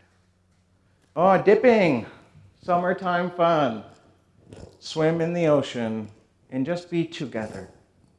Just be together in the water, getting clean, having a good time, being together. And I painted this man. I figured he was just looking at me going, what are you looking at? But he's out there dipping in that clean ocean, and that is a daily tradition of our people. Cleanliness is a huge tradition of our people. Daily cleanliness, cleanliness per where we put our waste, what that waste, or where that waste goes, and then how it is treated after. And we have a whole system for that, but I don't have the time, so let's go next. And that's my baby on the ocean. Isn't she cute? But this actually brings up an important topic, that dogs have always been native to Oregon. dogs have always been a huge part of our Tututni Dené life. And they say that people would come for 300 to 400 miles away to get the dogs that my great-great-great-grandfather would breed. They called them elk dogs because they were powerful elk hunters. But we treated them as members of the family. They were loved. They lived in the mother's house underneath the otter's blankets and slept with the kids. And if we had enough of them, we would build their own house in the village, just like people. Also because if there's too many of them, they stink and they're smelly. Next one. Practical aspects. Now I'm making a bow because we're in summer, but I'm thinking about fall, right? You're in this season to prepare for the next season, always. And so here's the bow that I carved for you all. It is a functional bow, and this is a traditional Coast Dené bow. In this fashion, you will find in many bows and museums across that part of the country in the south. And the particular handle here is elk. I have greased it with Ooligan grease, which is Oolacon smelt. We are a grease gathering people. We would gather specific grease, and we would grease our wood with it for protection. It also adds a lot of flexibility to your limbs. Now, on the face of it, I did a dream symbol. I dreamed a long time ago a powerful dream, and I'll tell you about it real quick. Why not? When I was real young, it's a part of our traditions, too, that when we're young, we dream powerfully, and those powerful dreams guide us where we go. And I dreamed that I was in a desert, and I was holding a rattlesnake out in this hand, and I had it by its head. I had just enough room to wiggle its head around and bite my thumb, but its fangs couldn't get through my skin.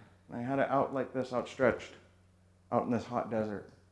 And I noticed its venom was going all down my hand, and its venom poured down my hand like water, but it couldn't penetrate me. I hold that snake by the neck, and then I noticed that the medicine person was dancing a full circle around me that whole time. And so I carry those sacred dreams and visions into the real world, where they guide me, and I have my snake. And so, let's go to the next slide. We're finished here. A little gabe, which means coffee in my way out, my words. Morning traditions, letting it set in the sun, which is another thing. You put your wood out in the sun so that the UV cures it and sets that grease into the grain. Let's go next. Okay, now we're really into summertime. Here's our beautiful, handsome Coast Dené men out there with their V iris smelt nets. Remember I was saying we need that iris cordage. You have to have the iris cordage in order to make these nets. Otherwise, you'll have to use a synthetic because there's no other natural cordage that's strong enough to hold those smelt as they come. So the smelts spawn in this midsummer time, and they spawn in the surf zone. And so these men aren't hardly even knee deep. And they'll take this V-net, and it's about so big, it funnels down to a V. And now here at the V, there's a large net bag. And so you swoop into the surf, and all those smelt fall down into that V funnel, into your iris mesh bag, at which point you fill it, take it to the beach, and then your women clan will begin processing those fish in a traditional drying fashion for grease, food, dog food, and quite a few other things. Let's go next. Now here they are drying. I apologize, this picture isn't very good, but I did get some better ones. Hopefully they're on there. But this is kind of what you'll see. It's close up.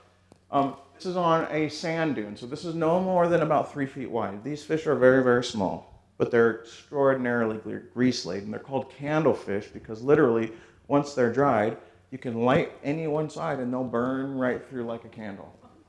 And I was telling the art department students on Thursday that don't do it because it smells terrible. Yeah, next slide. So here we have one. I dried this one traditionally.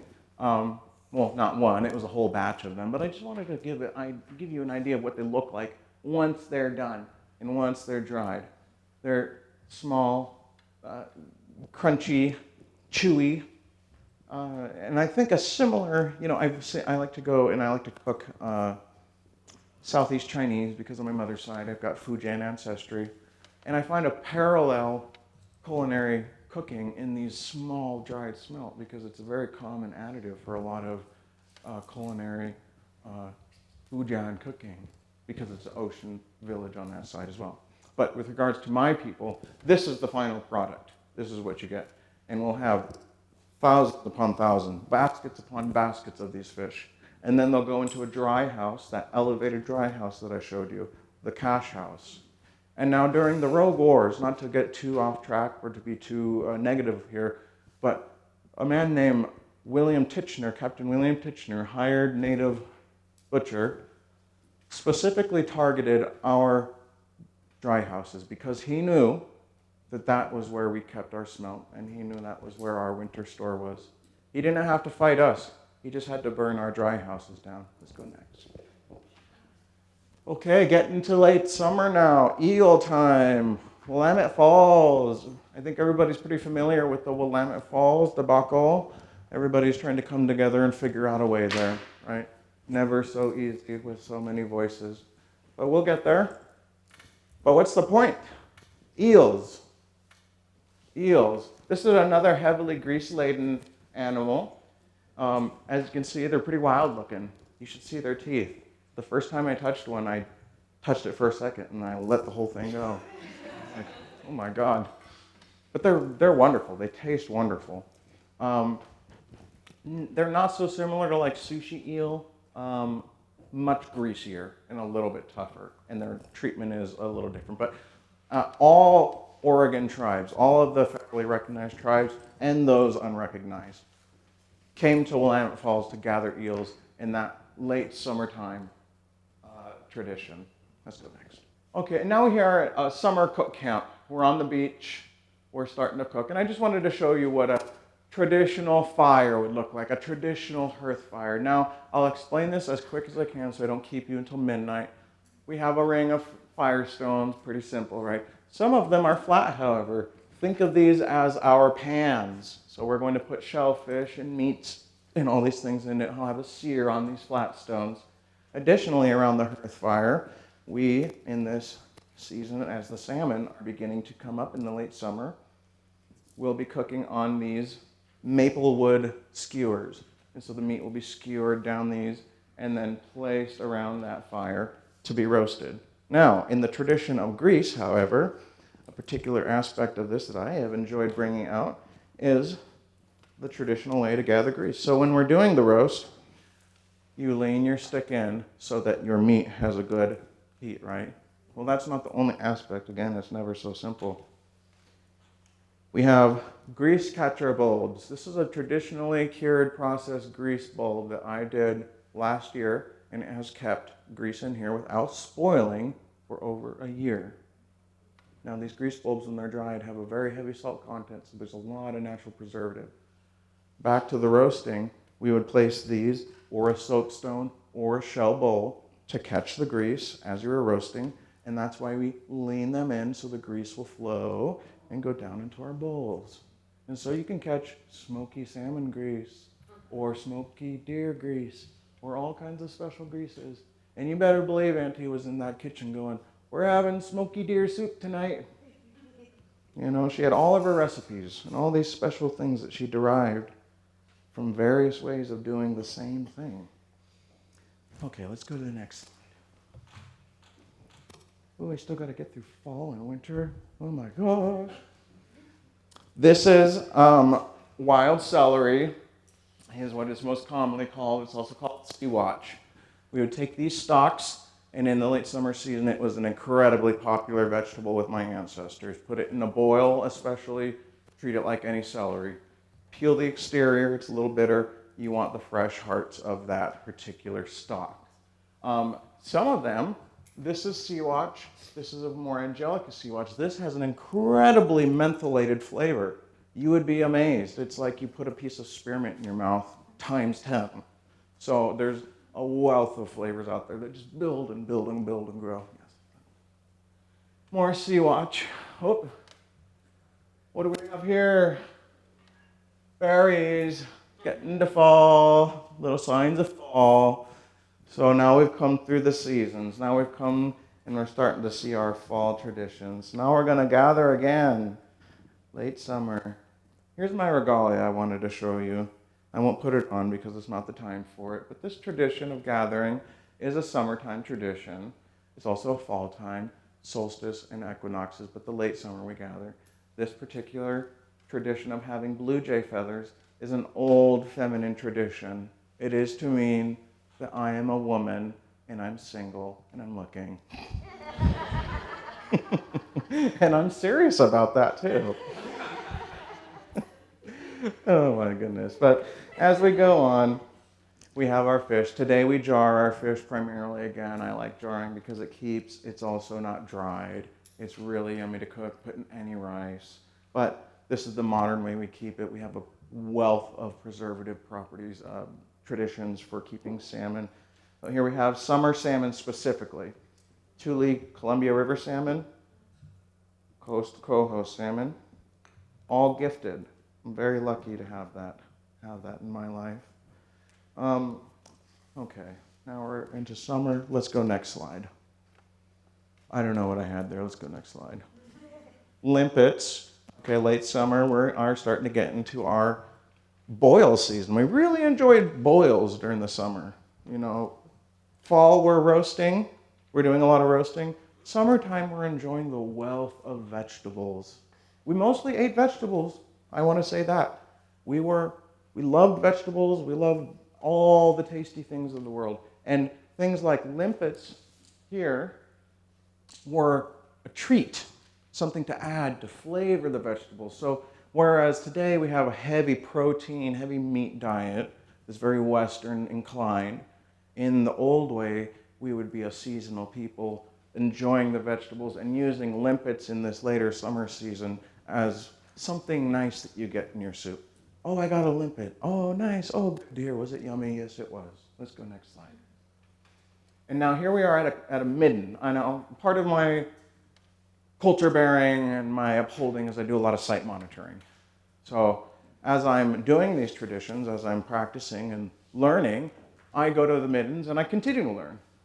Now see, here we have sea snails, we have mussel shells, a little bit of seal bone, and I know that it's hard to see that in this image, but this is what you're looking at. A lot of different shells. Let's go next image. And learning from that, now here's another image of that same midden. How many different varieties of surf shellfish is in just this picture, which is just about 3 by 3 inches. Now this is a site, it's about 5 acres, and this midden is about 10 feet tall.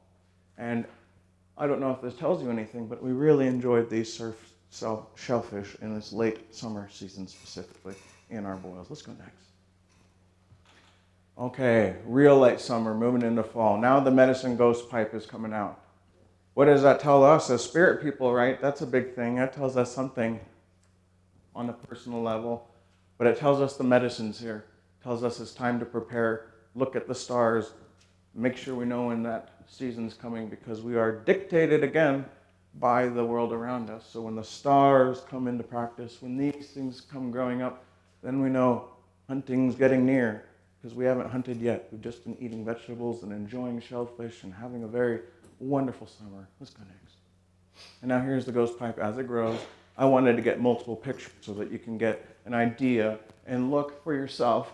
This one in particular likes to grow around spruce trees. I found all of these around spruce trees. If you want to go and find these yourself on the coast. It is a signifier of the ending of your summer season, though. We're moving into fall. Next, please. Okay, fireweed, another tea. I had a lot of fun learning with fireweed. Again, it is another signifier of the coming of the end fall. Now, I don't remember the saying. It's an Alaskan saying. Something about when the fireweed cotton comes out, the summer's over. But you see these flowers up here are beautiful. The fireweed leaf makes, again, another wonderful tea. The flowers make a tea. There is a medicinal value to it. But this is an indicator that we are almost done with summer. Now, those flowers will turn into a cottony substance. And when you see that, you know that your summer's done. Let's go next. More fireweed on the basket. I'm drying it here for teas. Let's go next. Oh, salt. Okay. So I know that it's probably difficult to see, but here in the late summer, I'm using bull kelp to get salt. So this is a large salt crystal. There's a specific technique that you have to do to get the salt out. Think of kelp as a mushy thing surrounded by two pieces of leather that are porous. The mushy thing is all briny. You need the salt to come out one side or the other side, not both sides. If you cure it properly and you time it right, you can get those crystals to grow out 3-4 inches off your kelp, and you'll have all this wonderful vitamin A, vitamin B12, all these different vitamins in there. It's so healthy and it's so tasty. If you like umami, you will love that. And it's easy to make too. Let's go next. It's also the salt that we use to season our food. Oh, I don't know what I was going to say there. Oh, salal, that's right. Salal berries. I thought those were the Ogden egg. And I was like, more? So here we are, salal. We're really getting into fall with salal now. Salal berries we call them slawberries as indigenous folk. They're called salal in the English language. Slawberries, we dry the slawberry, specifically make a fat berry cake. And now that fat berry cake would be mixed with smoked salmon or deer or elk and pounded and mixed with fat, and it would be very sweet, very yummy, and widely traded. It was packed in seal bladders that would dry tight for trading, and people would come far and wide. But this specifically was something that every village had their own little way of doing. And so when everybody would come together, they would, oh, I want to try yours, and here, try mine, and I did this. It was all individualistic, an expression of that village, of that house, of that matriarch. Let's go next. Eagle down. Oh, yes, those eagles like to guide you. You'll be out there searching, wondering, going, golly gee, why am I even here? And then you'll look down and those eagle down feathers will be laid on the trail for you, which in our way is a welcome from the spirits. And I take it as that when I'm out there in those wild places. Hey, hey, got a fish. That was me before transition. I could have said it was my older brother, maybe my younger brother. But here, the salmon are in. Now the salmon are here. I really enjoy salmon fishing. I always have, and I always will. It's just so much fun. And more than that, it's exciting because now the salmon season is here. Now it's fall. Now we're really moving into fall. And we regard the salmon as a people of their own who have villages of kelp houses deep in the ocean. And they come back, and we welcome them back. And we use all and everything of these fish. The heads are wonderful soup, the cheeks, the tails, everything. Let's go next. Except for the scales. I don't eat those. Bear grass. Here's one for the fire science kids. This one is especially susceptible to wildfire. But bear grass this is the final product. This was gathered at my ancestral bear grass plains up the middle lower rogue, where my family has gone for thousands and thousands and thousands of years to get just this. And I think that's so significant to be able to have that deep of a connection. And I don't really have to go into this too much, but these are woven, and they're woven into a lot of different things, such as bear grass braids. You can see these small braids on the top of this hat. And now we say that when we braid our bear grass, we braid our prayers into every strand, into every braid. And so all these bear grass braids are somebody's deep prayers and all their good intents for you. Let's go to the next. Now here, drying and curing our bear grass in the traditional way, they say, set your bear grass out in bundles and put it in the dappled shade. The dappled shade, so not direct sun. Let's go next. And then the final product, of course. And you can go out there for an hour or two and pick a lot of bear grass. It doesn't take a lot of time. It's one of the traditions that I enjoy particularly because you get so much in so little time. And then you're stuck with it. You gotta use it. You know? So. Let's go next. But that's the point. You have to honor what you're using. Okay, and now I couldn't find tobacco this year, so I'm using a wiki image, but this is our native tobacco. I can't remember the Latin name, but it's one of the very few native tobaccos to the southern Oregon coast, where there is an overlap between the northern tobacco and the California coyote tobacco. This is the South Oregon coast tobacco. Tobacco was traditionally grown on our middens in the sun, in the full sun. We had tobacco gardens that we tended vigorously because tobacco is such a sacred thing. It's such a valuable trade item. I don't really need to go into all of that, but again, we are in the late summer now, and it is time to pick our tobacco. Let's go ahead. Now, we are getting into our hunting time. The stars are changing in the sky.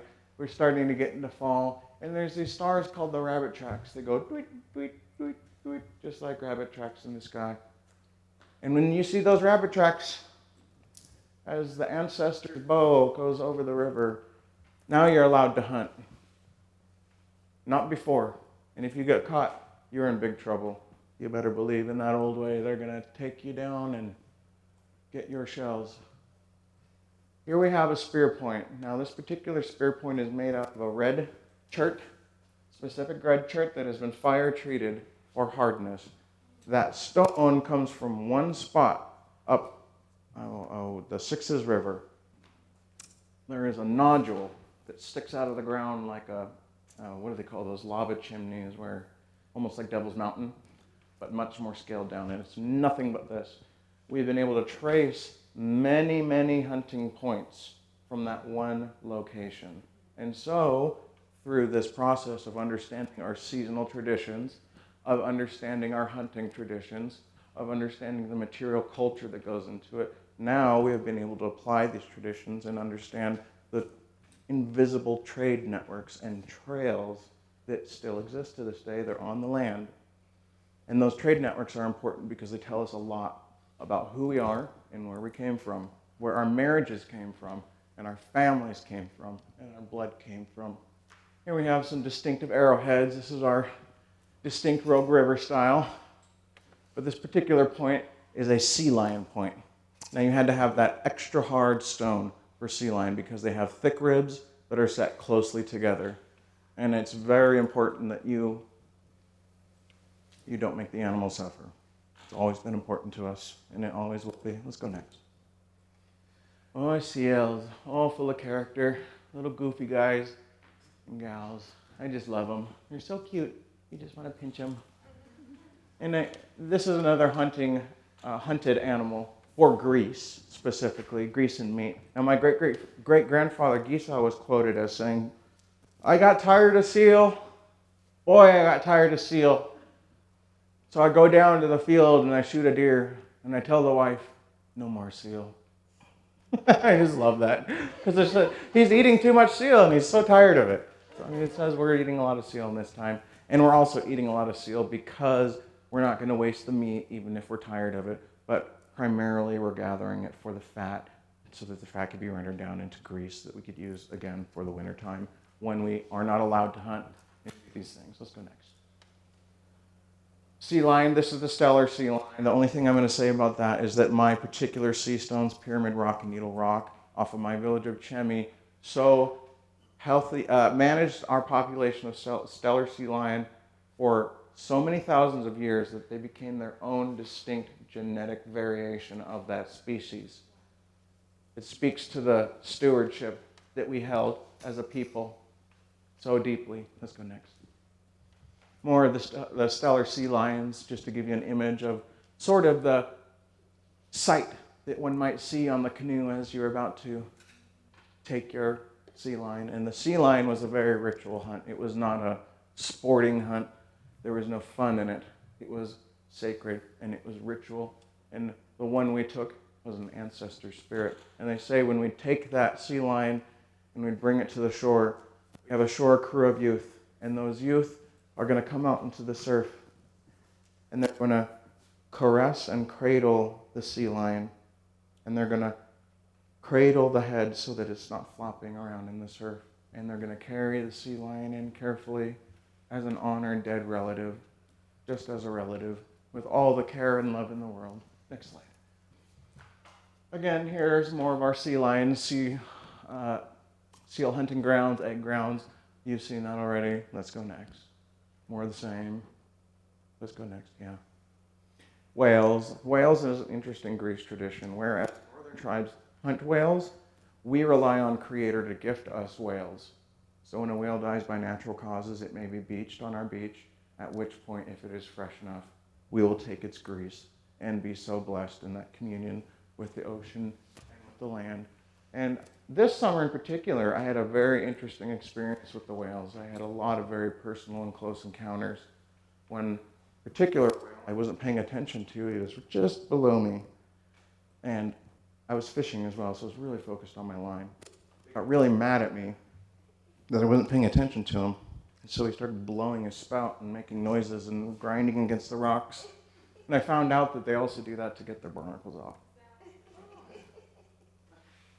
More whales, just beautiful, magical, lovely experiences every single time. There's never a time that you see a whale and you think, oh, I've seen that before. Okay, now here's some metrics. I wanted to put this together, and we're getting late in the night, so I'm going to try and get into winter now, but just understanding the blessing. Largest fur seal is just 1/100th the resource output of a 50-foot whale, 600 pounds average for your fur seal. You would need 461.5 harbor seals to begin to reach the lower threshold of one whale. So we see the magnitude of what one whale's blessing is for our village. Next slide. We're going to skip this slide. It's too much. And here we have our kelp grease bulbs as they are cut before we begin to dry them. These will form, again, our little kelp grease bulb that I showed you that we'll put all of our grease in for the house cache. And now think of that in terms of this is about a week's worth of grease to cook with. So instead of having one big bucket that could spoil all at once, you'll divvy up your grease. So it's protected. It's also categorized by different greases. And Auntie will go in there and pick one and cook off of that for the week. And then maybe this just goes into the fire at the end. Maybe it's done. I don't know that part. But that's the excitement of doing this, as we continue to learn through the practice. Next slide. And now this is just how we do it. In the tradition, in the record, we fill them with sand, with clean surf wash sand, and then they get capped so that they maintain their shape and size as they lose their moisture content. Whereas if you didn't fill them with sand, they would just shrink right down. And additionally, the sand does a great deal with ensuring that that doesn't rot. It manages the moisture evaporation. Let's go ahead next. Again, just more of that process. Next. And then the final result. You want to have maple or alder or a hardwood plug. And consider you don't want to have wood that's going to taint the flavor of that grease. So no cedar, certain heavy tannin oaks you may not want to do. Let's go next. And just an image inside and give you a better idea of what they look like empty. Let's go next. And then final one, kind of suggestive. Let's go next. And now here we are in the summer, late summer, early fall season of gathering. Okay, now we're starting to get into our fall gathering traditions. We've gone out, we've brush danced, we've prepared, we've done our hard work for the year through the spring and now the summer, and now we're getting into fall. We got to gather again. Let's go next. This is the Sixes River. This is me journeying to my homeland. Let's go next. Next. Oh, fishing still. I caught a big one last year. Wow, yeah, the 30-pounder. That one lasted me all winter. I really enjoyed that fish, and it was such a blessing. On the topic of salmon and our fall traditions now that the salmon are here, again, we have more jarred fish. That's how we prefer it. But this is something that I decided to bring out that I thought was very interesting. This is dried salmon eggs, salmon roe. Okay, this is a treat, a delicacy, you might say, of the Coast Tututni Dené people. You find it up and down the coast, but specifically, this is how we did it. And now, I'm going to take some of these home and grease them to give them a little bit of a grease protectant. Some are going to be packed directly into grease. But as they are now, they're quite hard, well preserved, using natural salt. Additionally, I put laurel leaf in some for flavoring, and I put the Octane, red huckleberry, and others for huckleberry flavoring. So there's 3 flavors. I'll preserve them 3 ways, and it is a treat. It's like a feasting item that you bring out, put in your boils. You know, it's not a daily sort of a thing. This is a special item. Okay, let's go next image here. We're back in the village. It's fall. We're at the village of Cheston, and we have salmon on the roasting pit, salmon on the racks. We're getting into fall. Let's go next. Ooh, we're gathering now. Good food. Gee, salmon and all this yummy stuff. I love to gather. It brings so much joy to my heart. Let's go next. This is the traditional fishing wear of my late summer, early fall gathering grounds. This is where we just were. This is the scattered rocks. Now this would go across as a traditional fishing wear, a traditional fishing camp. Thank you. I'm going to try to wrap this up as soon as I can. I apologize for going over, everybody, but we'll get through this. Let's go next slide. Now we're into the salmon eggs. I'm just going to give you a quick process here. So this is the raw version before they've gone on. Let's go next slide. And now here I am preparing them. We have the huckleberries on some. And so this is how they look before. Just dried fish eggs, you know, they can rot quite easily. Yet here they are, ready to be eaten. Okay, let's go next. Let's get into fall. Yeah, let's just go right into fall. A little bit of hunting, a little bit of blacktail time. The deer have come out, the elk have come out, the stars have aligned, the rabbit tracks have shown. We are bringing in furs, we're bringing in pelts and skins. We like the white tan buckskin particularly. We're also going to get into the season of the acorn. So yeah, let's get into there we go. This is our traditional acorn savanna. This is a garden maintained by my family for thousands upon thousands of years. It's not just a wild place. This is a garden of acorns. And acorns is specifically a very important fall tradition for us. Like acorn mush, acorns gathering is another life ways tradition. So here we have our acorns in the shell. But they need to be leached off. So they're going to be deshelled. We do this normally with acorn pestles in a creek. The water carries those shells off, and then they go into a basket or a bag, and then they're leached off, and then we are able to use them, turn them into mush. This is what we call a mush paddle. And now in your basket, when you're boiling your acorn mush, it's just kind of like grits, you know. Okay, so let's go next. This is the manzanita nut. I wanted to gather a whole bunch of these because they make a very close coffee substitute. Thank you, Jessica. You grind these up, you roast them just as you would a coffee bean, and it makes a very special coffee drink that can be mixed cold, it can be mixed hot. We call it gabe, which is also what we call our coffee, just as close as that. I just wanted to show you that. We do a lot of gathering for that. I won't go into the sacred aspects of that because we've got to get into winter. Let's go next. Acorns. Yep. Time for the acorn. We have tan oaks, live oaks, white oaks, and black oaks. The white oak system is the most prevalent system that you'll find.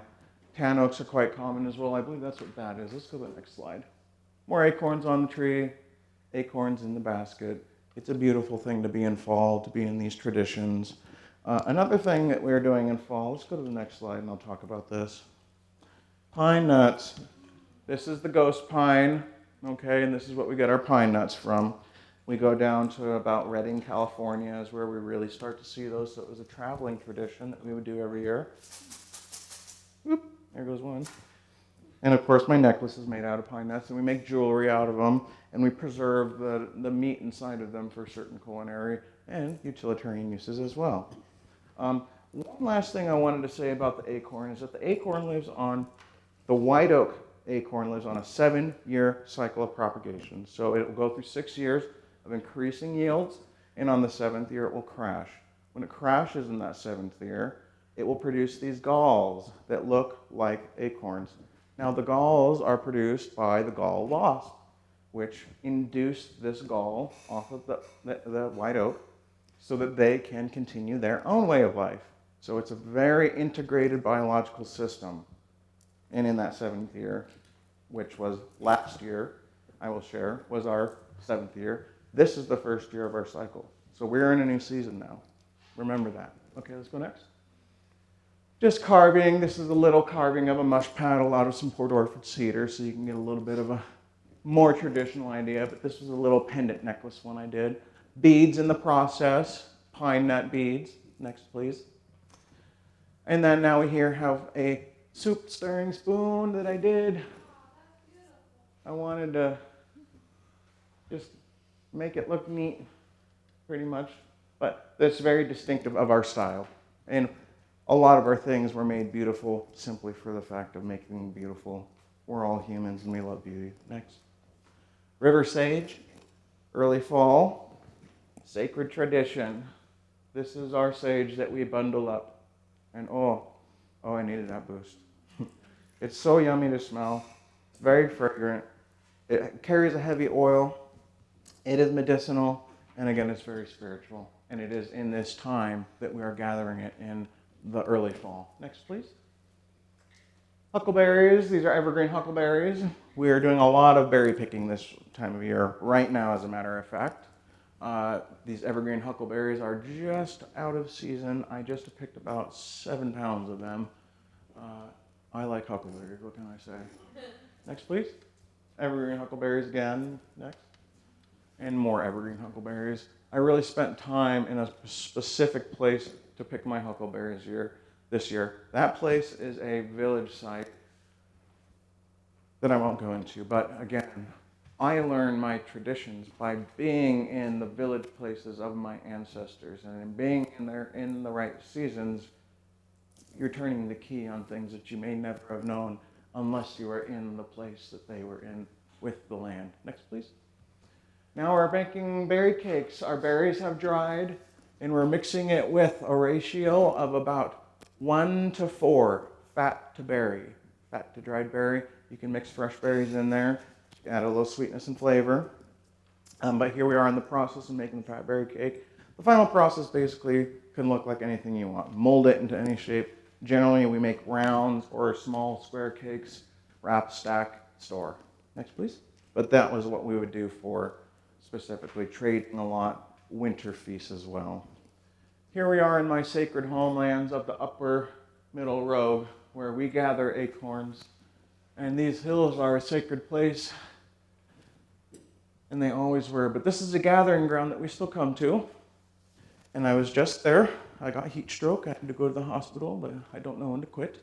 But I love to dance and be with my family, so that's where we go. And we've been going there again for thousands upon thousands upon thousands of years. Just about an hour and a half from here is a place called the Josephine site up the upper rogue on Josephine Creek.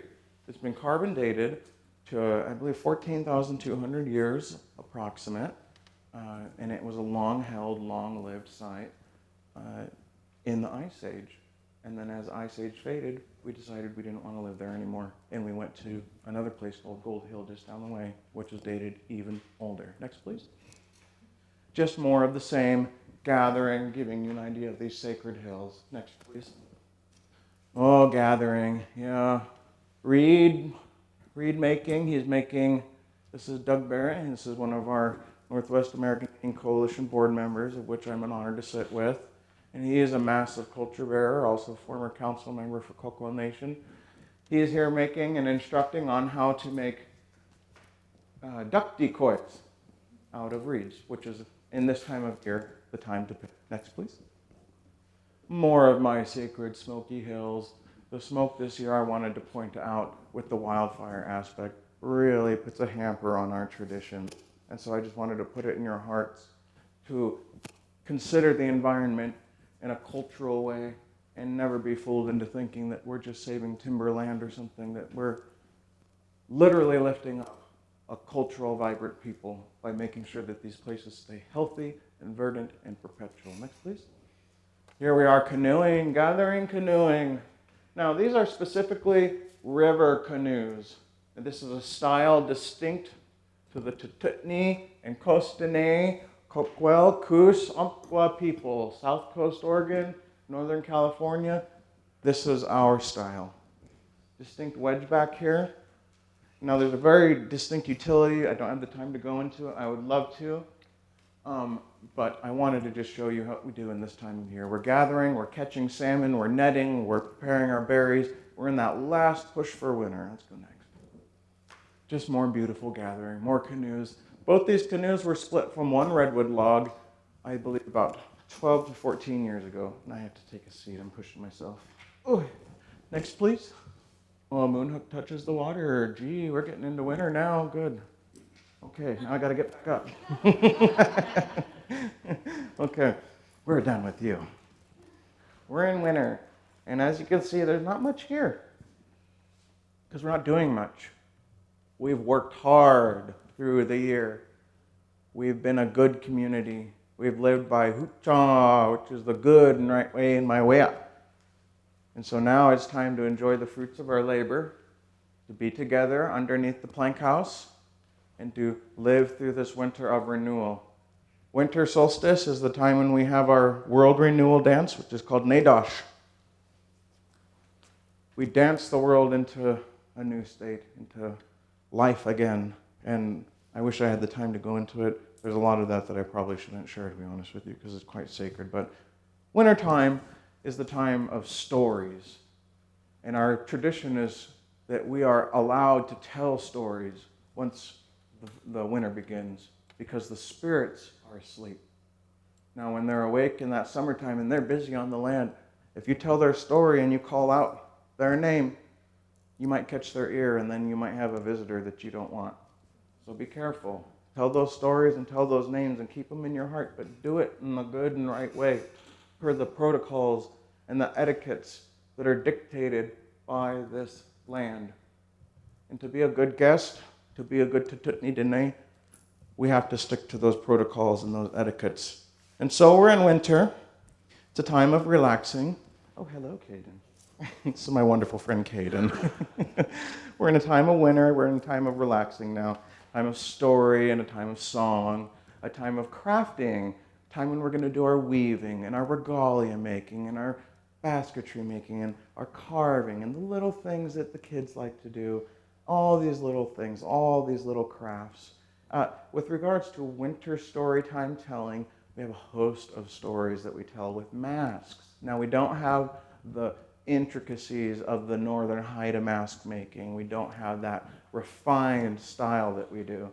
We have, however, these rough masks that would be made for a purpose, made for a time, and then discarded. They're just a mask for the story. The story is what is important. Wintertime, again, is the time to be making your jewelry, your earrings, making your coppers, whatever, carving, just enjoying the fruits of your labor. And then we get to world renewal. Let's go to the next slide. Here's our coyote story house. I dreamed that one. I dreamed I was walking in a wood, and I came up, and I saw this house, and I knew there were stories in there, but I was scared to go in, because I knew as soon as I heard those stories, they'd never leave me. Next slide. And here are the watching eyes of the serpent in the water. Oh, you better watch out. That's a winter tradition. They say those serpents will bring you luck. We have mystical serpents of the water. If you go out in the time of winter, specifically because we also like to gamble in the winter, as a women's gambling tradition, we have stick game. Here we have 10 sticks bundled up. You take them out, place them on the ground, and then you cast your shell dice, and any 3 that are up allows you to take a stick. Now, that's a gambling tradition. We would bet dentalium on it. You would bet your good shell. And this is our money shell. And we would string that along. With regards to luck and gambling and the serpent, they said that if you went to the river serpent and you snuck over a hill, you spied that river serpent on his boulder on a cold day, you'd bring a lot of gambling luck. But if he spied you, you're dead. So, pluses and minuses. Other things we're doing is we're just doing utility things. We're going to be making kids shoes. So this is called a last. We're going to be making moccasins for the men and the women and the kids. You'd wrap your skin around this, and they would just take natural stone forms that resembled feet. Maybe sometimes work them, mostly just by luck, of a general size of the person who you're going to make your moccasins for. But this is the time of story, of craft, of coming together. And now we're going to get into renewal. Let's go to our next slide here. Oh, no. Coyote Council. I made that. Coyote Council in the stars. Dreamers. Dreamers all. We're making jewelry. Let's go next. We'll go through all of these here. I believe that's it. Perfect. So now we've finished with that media presentation. With regards to winter, I will finish on renewal. We come together in the longhouse in the time of winter because this is when the sun goes away for a certain period of time, right? In that solstice, that winter solstice. And so when that sun goes away, we say the world dies. We have to dance it back, dance it into renewal, back into tradition. So we dance through the night for days and days and days until we bring that light back. And then we say the world is renewed and we may come back together again to begin this all over again with just as much joy, just as much honor and respect for the land and one another as we did in the very beginning. Because it never gets old. There's always something new, always something beautiful, always something so culturally vibrant that you learn just through the doing. So we're renewed through winter. The world is renewed. And now we've come together and we are new people. And we're ready to face spring again and do it all over again. And so I'm going to leave you with just a little song on my heart. And then I'll leave you with a little prayer and then we'll call it the night. Thank you, everybody. Here's my little song. Hopefully I can do this one. Hey, hashle, hashle. Agi, agi, agi, ti, ti, ti. Hey, hashle, hashle. Agi, agi, agi, ti, ti, choo. Hey, ay, ale. Agi, agi, agi, i.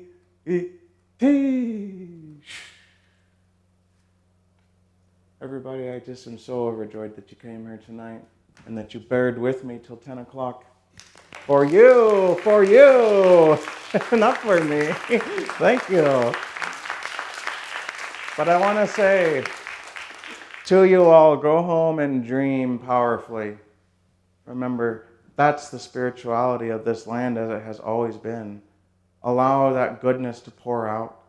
And so I say to each of you, which means in my language, blessings there as you go on your journeys.